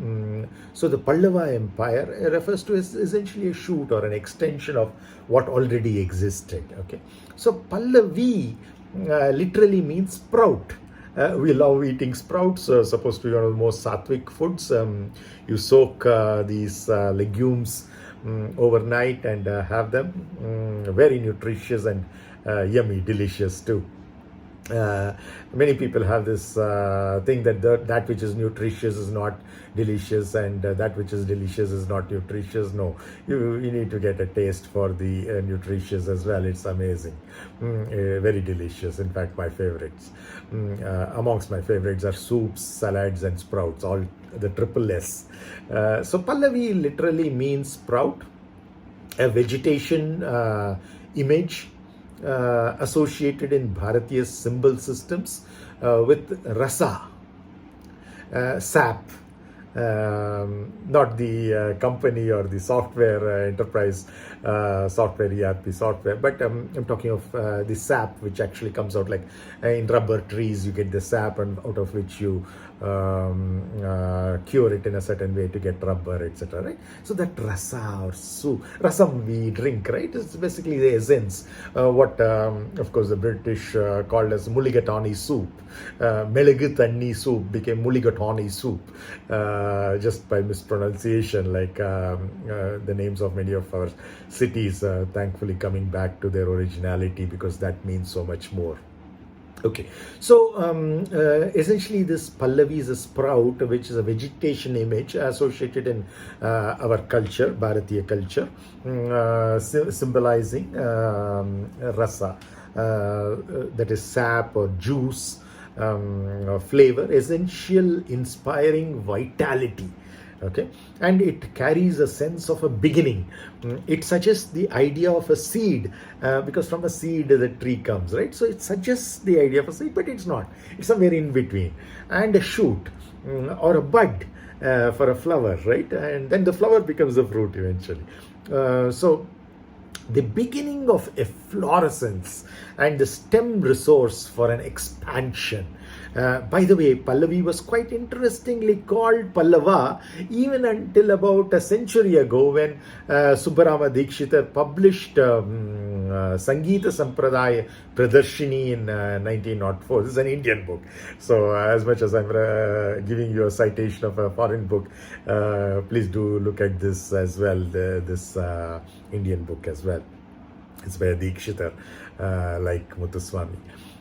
So a traditional etymology breaks the word Pallavi into 3 syllables and derives each from a component of a song, that is pa from padam or word, the lyrics, the sahitya, and layam or the rhythm or the thalam, that's where palla comes from, V is vinyasam. I have a wonderful former student, Dr. Vinyas Mahesh, one of the most phenomenal publishers, now a professor at NIT in Silchar in Assam. Vinyasam, what does that mean?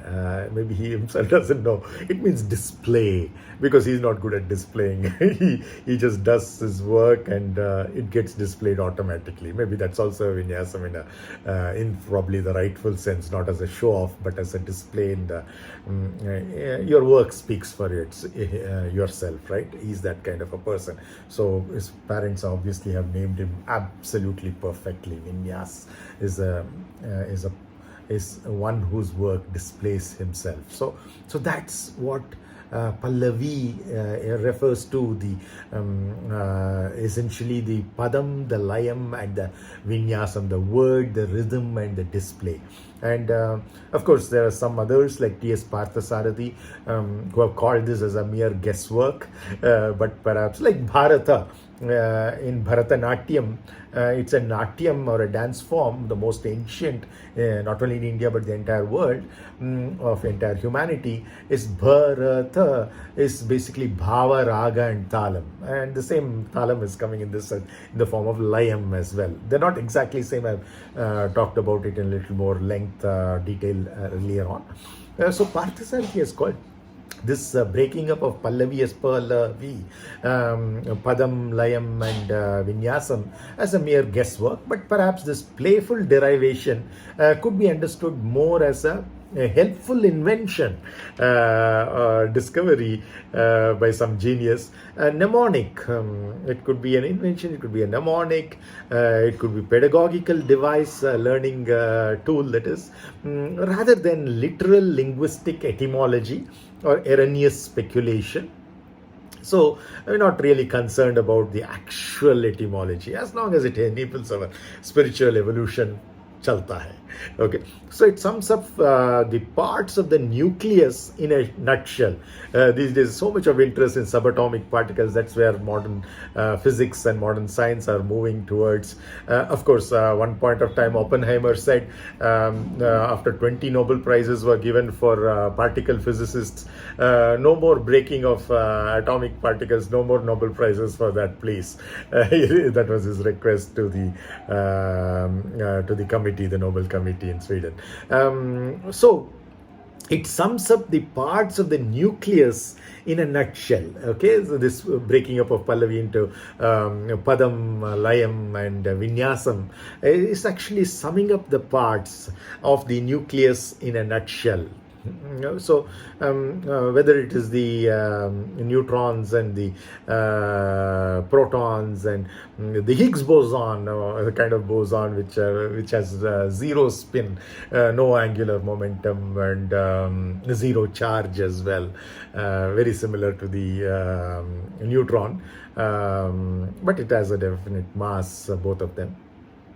So from the Pallavi, the embryonic original impulse, and so the essential spirit of the work, the whole of the Kriti develops. That's the importance of the Pallavi. It's like the sprout from which everything else comes. Okay, from the Pallavi, the embryonic, like a fetus for a human, embryonic original impulse, and so the essential spirit of the work, the whole of the Kriti develops. Before the term Pallavi came to be associated with the initial line of Tyagaraja's Kritis, it was the term for the dominant form of Karnataka musical court performances, whether it is Purandaradasa or the Wadiyar family, or before Purandaradasa, Vyasaraya and so many others, and of course Annamacharya in Telugu as well, like Tyagaraja. So the term for the dominant form of Carnatic musical court performances in pre-Tyagaraja times was also Pallavi. In fact, it was used along with the melody and the rhythm, that is ragam and talam, in a combo word. Pallavi itself is Pallavi. Now we are talking of putting that along with ragam, tanam, Pallavi. Ragam, Tanam Pallavi. A very famous song in the Shankara-bharanam movie. One of my favorites, one of the favorites of my dad. I talked about it in length again in a previous video. So designated more fully as Ragam, Tanam, Pallavi, usually abbreviated as RTP, or simply called Pallavi. It was one expression of manodharma, that is your own way of expressing your own thing, right? It's the imagination, it's the duty of the mind, manodharma. Dharma is the duty consciousness. We saw that in this today's song also. So manodharma is the dharma of the mind, dharma of the mana. So it's an exercise of the imagination. Not necessarily, that's not the only duty of the mind, but it could be one of them. So depending on the context and the requirements where this tool is employed. So Sangeeta, the improvisational art music of the times. The reason why this form, which often extended for many hours, was called Pallavi in the first place, probably had to do with the single line of text.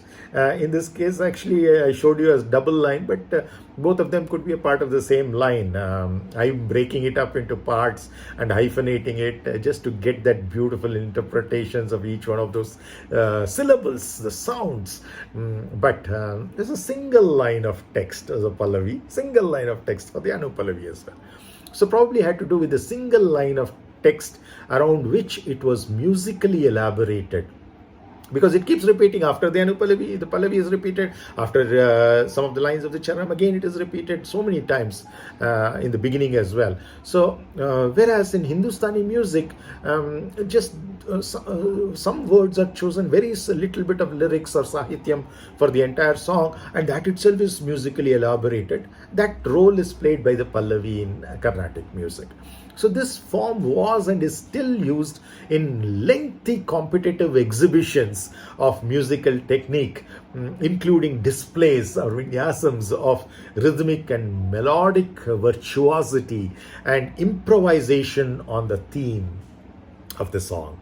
So in the the competition, in the musical lineage of Tyagaraja, this second generation vocalist, Sri Mysūrū sadā-śi-va or Rayaru, was actually born not in Mysūrū, even though this Mysūrū is associated with his name. That's by his profession, you'll know very shortly. But instead, he was born at Girampet, and he was not even a Telugu either. Though Girampet near Chittoor in North Arcot district is part of the then Madras state, he was born actually to Marathi speaking people, to Ganesha Rao. Marathis of course love their Ganesha, right? I do too, though I'm not a Marathi, though I have my brother-in-law is a Marathi originally, the Kelkars. Like the Tendulkars, Vengsakars and Gavaskars. So at Girampet near Chittoor, the birthplace of Sadashiva Rao, born to Ganesh Rao, who belonged to the community of the Smartha Deshas. Thus, the Smarthas are those who are essentially following the principles of Adi Shankaracharya, that we give equal importance to the Shaiva symbolisms, the Vaishnava symbolisms, the Shakta symbolisms, the Ganapatya symbolisms, the Kaumara symbolisms of Ganesha, Muruga, Shiva family and Vishnu family. That includes, of course, Lakshmi and so on. So, that kind of secular attitude is what the Smarthas are popular for. So of the Smartha Deshastas, that's where he belonged, and that's why you see in his songs also, he's a Sadā-śi-va, but his songs, many of them are about Rama, coming from the lineage of Tyagaraja and the Valajapet Venkatramana, we'll see shortly. So he's from the Smartha Deshastas of the of Maharashtra, and then of course these states didn't exist there, but essentially the Maratha region. And Sadashiva was and Ganesha Rao were descendants of the Jamadagni Gotra. Like I'm from the Vishwamitra Gotra, they were of the Jamadagni Gotra, another of the Sapta Rishis. Jamadagni, Renuka Parameshwari, and of course Parashurama in their lineage. A Rigvedic branch or school is what these people in particular preserved. His family preserved the what is called as the Ashvalayana Sura. Ashvalayana Sura is a Rigvedic branch or school that Ganesh Rao's family was preserving. His wife was Krishna Bhai, and they had actually two sons, Ganesh Rao and Krishna Bhai. The eldest is our friend Sri Mysūrū Sadāsi-va Rao, and was followed by his younger brother Malhari Rao, and then his younger sister, not aware of her name. As a youth, Sri Mysūrū Sadāsi-va Rao worked as a clerk in the office of the district collector, or DC, district magistrate as it's called in some places, of Chittur district. And the British paid a very paltry sum to their staff. Very unfortunate, and unfortunately we continue doing that for a long time. After independence, things are changing with the wonderful pay commission salaries for all the government servants, both in the central and the state governments. But anyway, he earned so little that once while having a meal along with his family, his brother, sister and father, mother are all there. Mother is serving, and the singer that he is, the composer that he is, though not popular at that point of time already, he not even started his studies, etc. in singing. He's still a clerk in the Chittur district collector's office. And for the dinner, he asks for a little more ghee. Ghee is very good for singers, by the way. Especially the A2 ghee, the Indian Girnar variety of cow's ghee, milk from that cow, and then the ghee made out of that, homemade ghee. Yum. My mouth is watering as I say that. I love ghee, the fragrance and the taste, and of course what it does to you, not only the voice but also the spiritual growth that you get out of these things like ghee, honey, two of the best natural preservatives. You put anything in ghee and honey, it stays forever, even those which are otherwise usually easily spoiled can stay for long. That's the amazing power of ghee and the very essence of the sattvic nature of the cow, Gomata. Kamadhenu Namah, Gomata, Nandini, because they are associated with the Jamadagni Parampara also. You remember that how Kartavirya Arjuna, the king, took away Kamadhenu from Jamadagni, and as a result of which Parashurama kills not only Kartavirya Arjuna but a whole lot of Kshatriyas who are doing this kind of injustice to the intellectual class, so-called Brahmanas, not by birth but by their very duty, safeguarding and protecting the scriptural science of by words, by word of mouth, of the Shrutis, that which is heard. So anyway, cutting that story short, he asked for ghee from his mother, and his mother says, for the kind of salary that you are earning, you want ghee? Get lost. That hurt Sadāśi-va so much, the eldest son, in front of Malhari Rao, his brother, in front of his father Ganesh Rao and his sister, that when she told get lost, he really got lost, never to return to that family. And he moved away from Chittur to Walajapet for his music lessons, and then completely his life changed. So some of these things which happen, at that time we think, what a bad thing happened to us. A mother refusing ghee and making such a comment about our earning. But see how it developed his life. These are just postmen and women. The mother in that case was the postwoman delivering the karma of Sadāśi-va Rao to him, so that his greatness is not in Chittur or neither in Walajapet, later on in Mysūrū, and become Sri Mysūrū Sadāśi-va Rayaru of the Mysore Royal Court. How did that happen? Well, Sadāśi-va Rao was married. I don't know whether it was after he left home or while he was there, in which case it would have been even worse in front of his wife. he was married at an unknown age to Srimati Sundarabai, who later on became the aunt of Tirumala Rao Sahib, Jahagirdar of Arani. So when Sri Tyagaraja travelled via Kanchipuram, Kamakshi Devi, Varadaraja Perumal, Ekambareshwara, and arrived at Valajapet, very close to Chennai. Many of our viewers are from Chennai, they'll know Valajapet. Of course, when going by train, we go through the Valajapet railway station as well.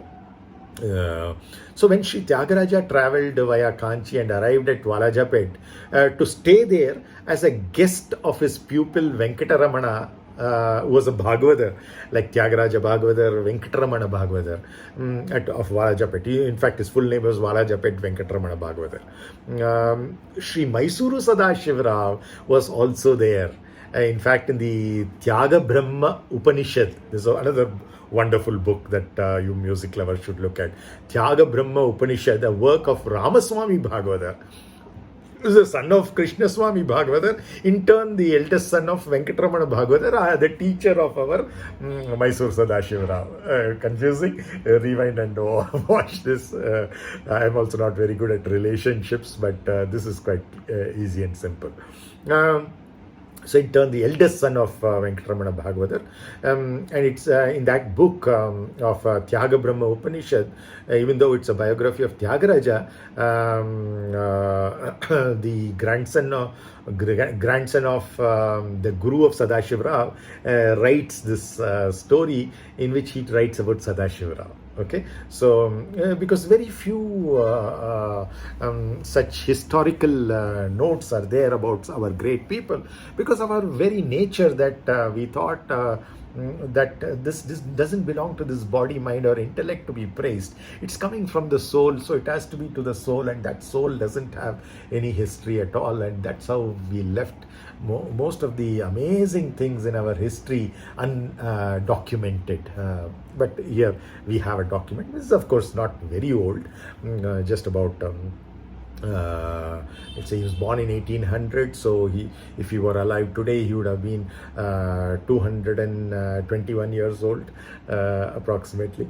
So in that book, in Tyaga Brahma Upanishad, it's said about Sadashiva that on the occasion of the ceremonial entry of Sri Tyagaraja into the town of Valajapet, to his disciple Valajapet Venkataramana Bhagavatar's house, Sri Mysūrū sadā-śi-va, the great musician of the Mysore Palace. How he became that, I will tell you later, but he was already that after learning from Valajapet Venkataramana Bhagavatar. So Sri Mysūrū sadā-śi-va, the great musician of the Mysūrū Palace, composed the song. Yes, he composed a song on Tyagaraja. Tyagaraja himself has composed so many amazing songs. Now here's a grand disciple, a grand student of Tyagaraja coming and composing a song live to be heard by Tyagaraja. It's being premiered in front of him at his guru's house. Valajapet is the in-between person. I can just feel that because the kind of felicitations that I gave for my advisor, Professor Dewey Hodges' 70th birthday, and the kind of get-together we had with the students, grand students, great-grand students, etc. It's amazing. So I can see what is happening there, visualize and actually be in that vibe, so to speak. Okay. So the song Sadashiva composed starts with Tyagaraja Swami Vedalina. Tyagaraja Swami Vedalina in Todi Ragam, especially for the occasion, and sang it in the middle of that meeting, in the immediate presence, of course, of the great saint, and of course his guru and Tyagaraja's student, Valajapet Venkataramana Bhagavatar, and earned his benediction, both of their benedictions, Tyagaraja's benediction as well as Venkataramana Bhagavatar's benediction, his gurus and great gurus' benediction. We call such grand students as prasishya, shishya, prasishya. Okay. So then, Sri Mysūrū Sadā-śi-va was in fact one of the pupils of Venkataramana Bhagavatar, as I already told you, and it's possible to surmise that Sri Mysūrū Sadā-śi-va, by the time he met the saint Sri Tyagaraja, was a musician in the Mysūrū palace, and it is said that he was about 30 when he came to settle in Mysūrū. Some say he was brought to Mysūrū by the two Saukar brothers, of Saukar Janaki, Saukar brothers this time, Kopparam Chinna Muniswami Chetty and Pedda Muniswami Chetty. Pedda means bigger brother, elder brother. Okay, and Chinna means smaller brother, younger brother. Anuja, Agraja is Pedda. So when Sri Krishnaraja Vodiyar 3, the same name Krishnaraja Vodiyar follows 1, 2, 3, 4, etc. The number 3 was very famous for his artistic talent and appreciation as well. His own artistic talent and appreciation of others' artistic talent. So when Sri Krishnaraja Vodiyar 3 was ruling Mysore, at that time these brothers brought Sadā-śi-va to Mysuru from Valajapet, where he was learning music from Venkataramana Bhagavatar for many years after he had left home. So, of course, apart from his art forms, Krishnaraja Vodiyar was also far famed for his liberality. Very, very liberal kind of person. The Kopparam brothers, who enjoyed high favors at the hands of the rulers, were greatly charmed with the music of Sri Mysūrū Sadā-śi-va.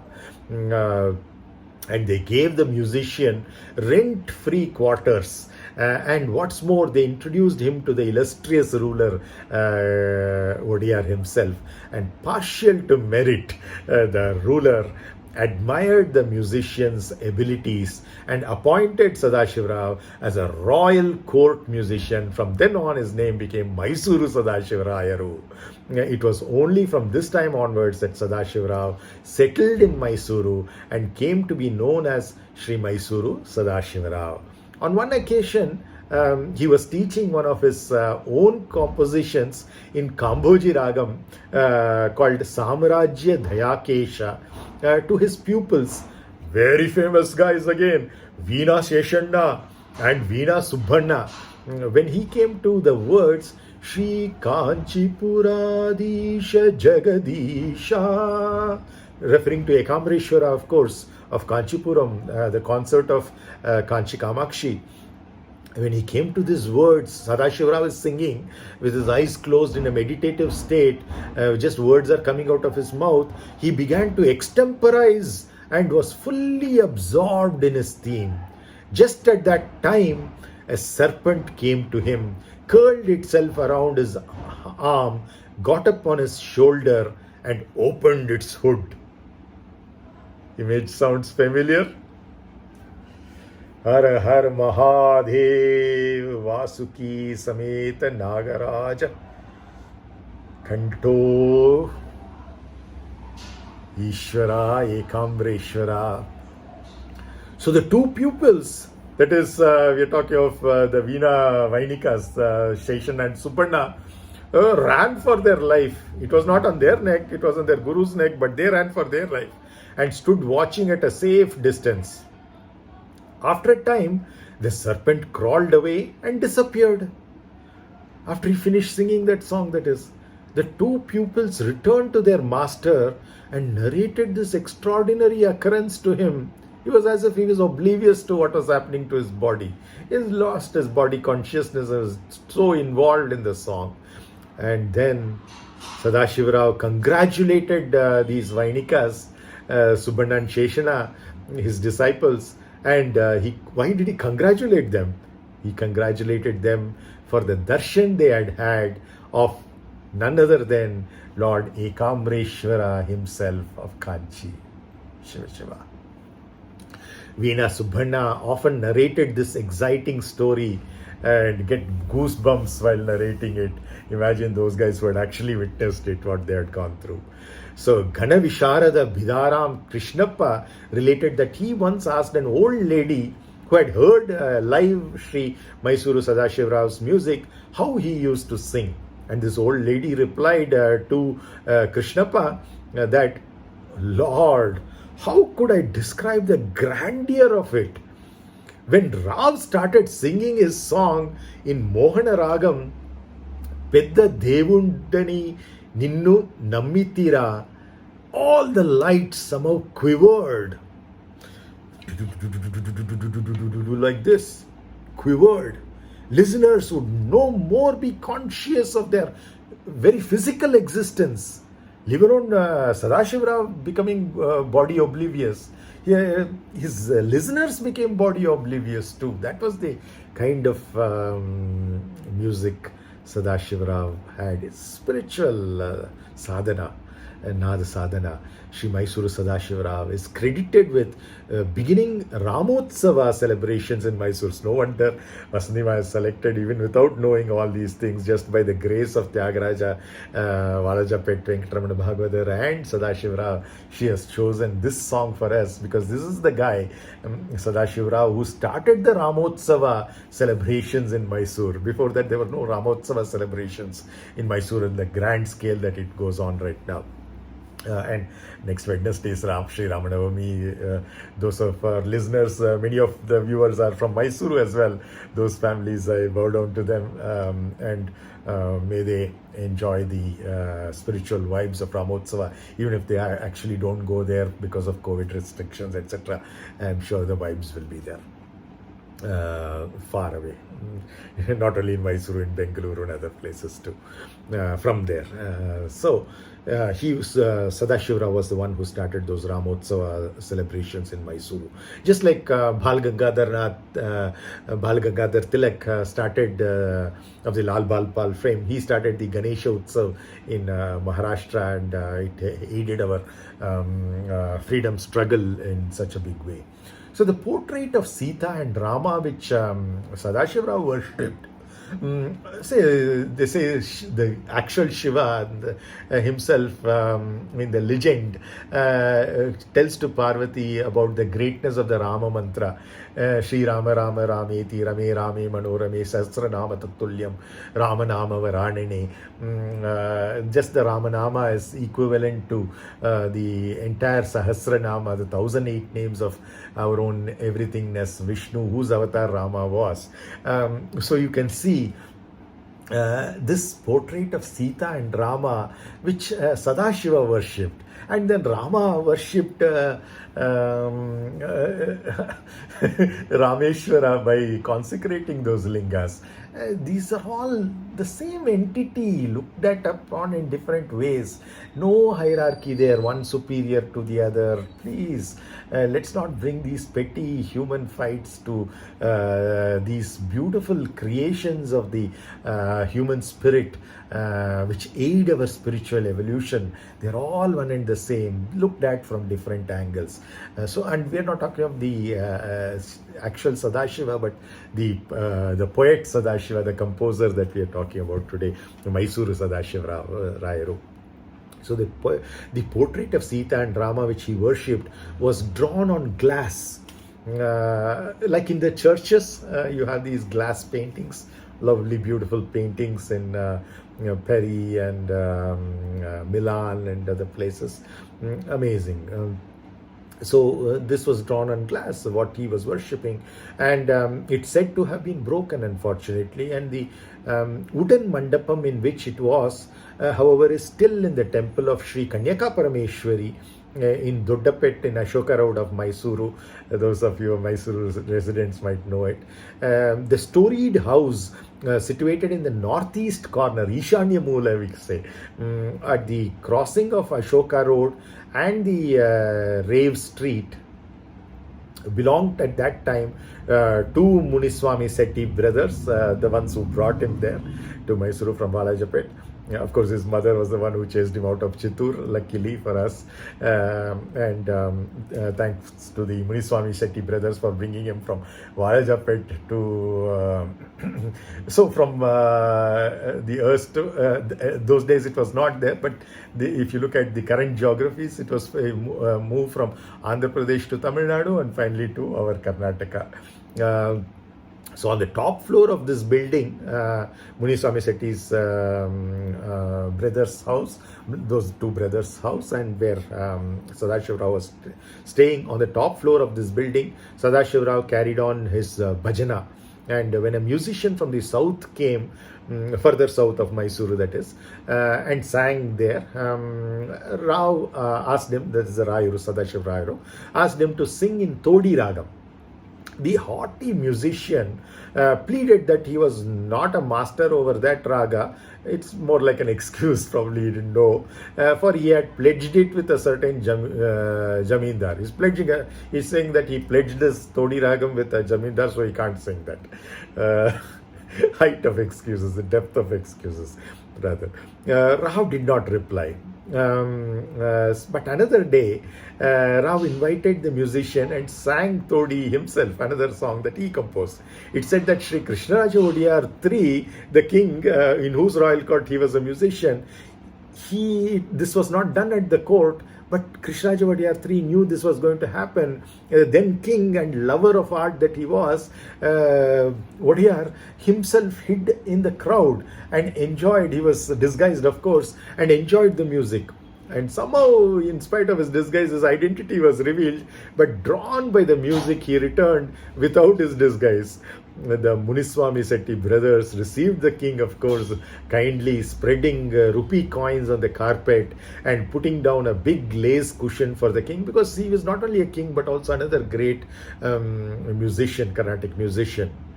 So, to sit while Rao sang from 10 at the night to dawn, like how many of these Hindustani concerts go on, or many of these yakshaganas go on in Karnataka. So like that, from 10 at night to dawn, he kept on singing, and the king was seated on a cushion, lace cushion, watching and hearing this wonderful unfolding of divinity as Nātha Upasana. The musician from the south surrendered, of course, to Rao's mastery of the raga.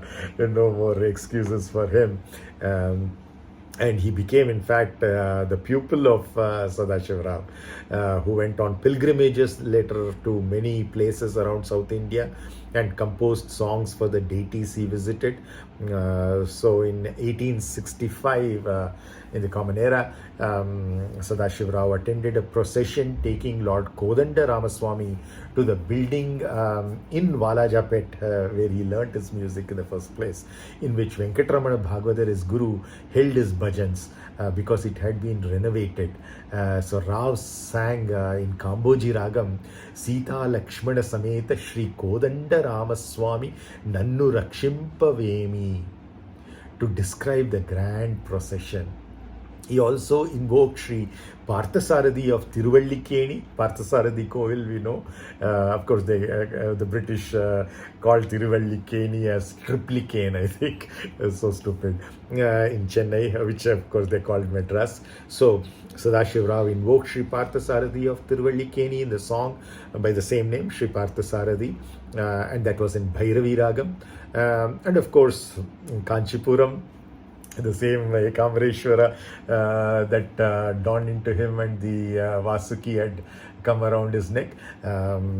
He sang Ekamra-nāthā in praise of that Ekamra-nāthā, Ekamreshwara of Kanchipuram.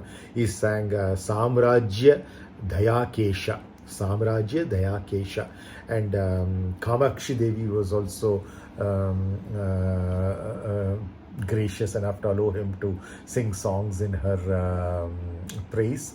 Some of those songs are like O Raja Rajeshwari, referring to Kamakshi, and Kanugoni Dhanyuda Naitini, and Kamakoti Pita Sthite. Of course, the Kamakoti Pitam is one of the Pitams of the Shankaracharyas, established by Adi Shankaracharya and continually followed till now.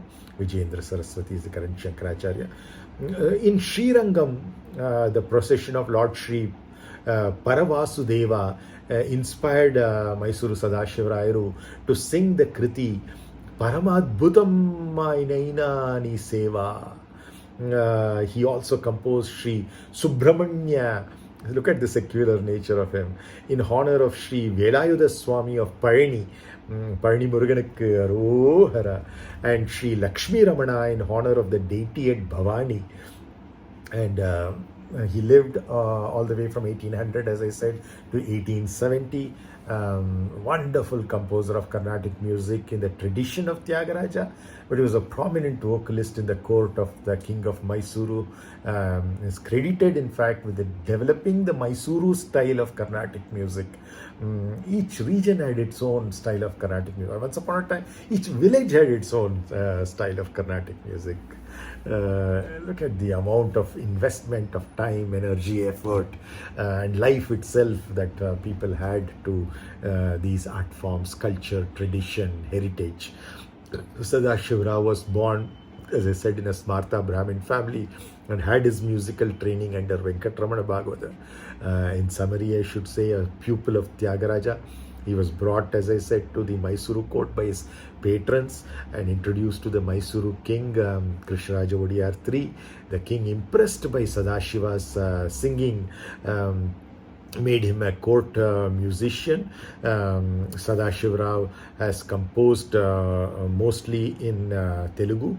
He went on a pilgrimage of Dakshin Bharat and composed kritis at all the temples that he visited, and some of his compositions are Devadi-deva in Maya Malava Gaula Ragam, Gangadhara Tripura Harana in Purvi Kalyani Ragam, and Parama Adbhutamaina, as I already mentioned, in Kamas Ragam.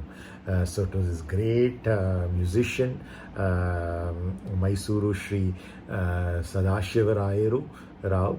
And to Vasandima and to all you listeners, I completely bow down and invoke the Rama in all of us. Jai Shri Ram.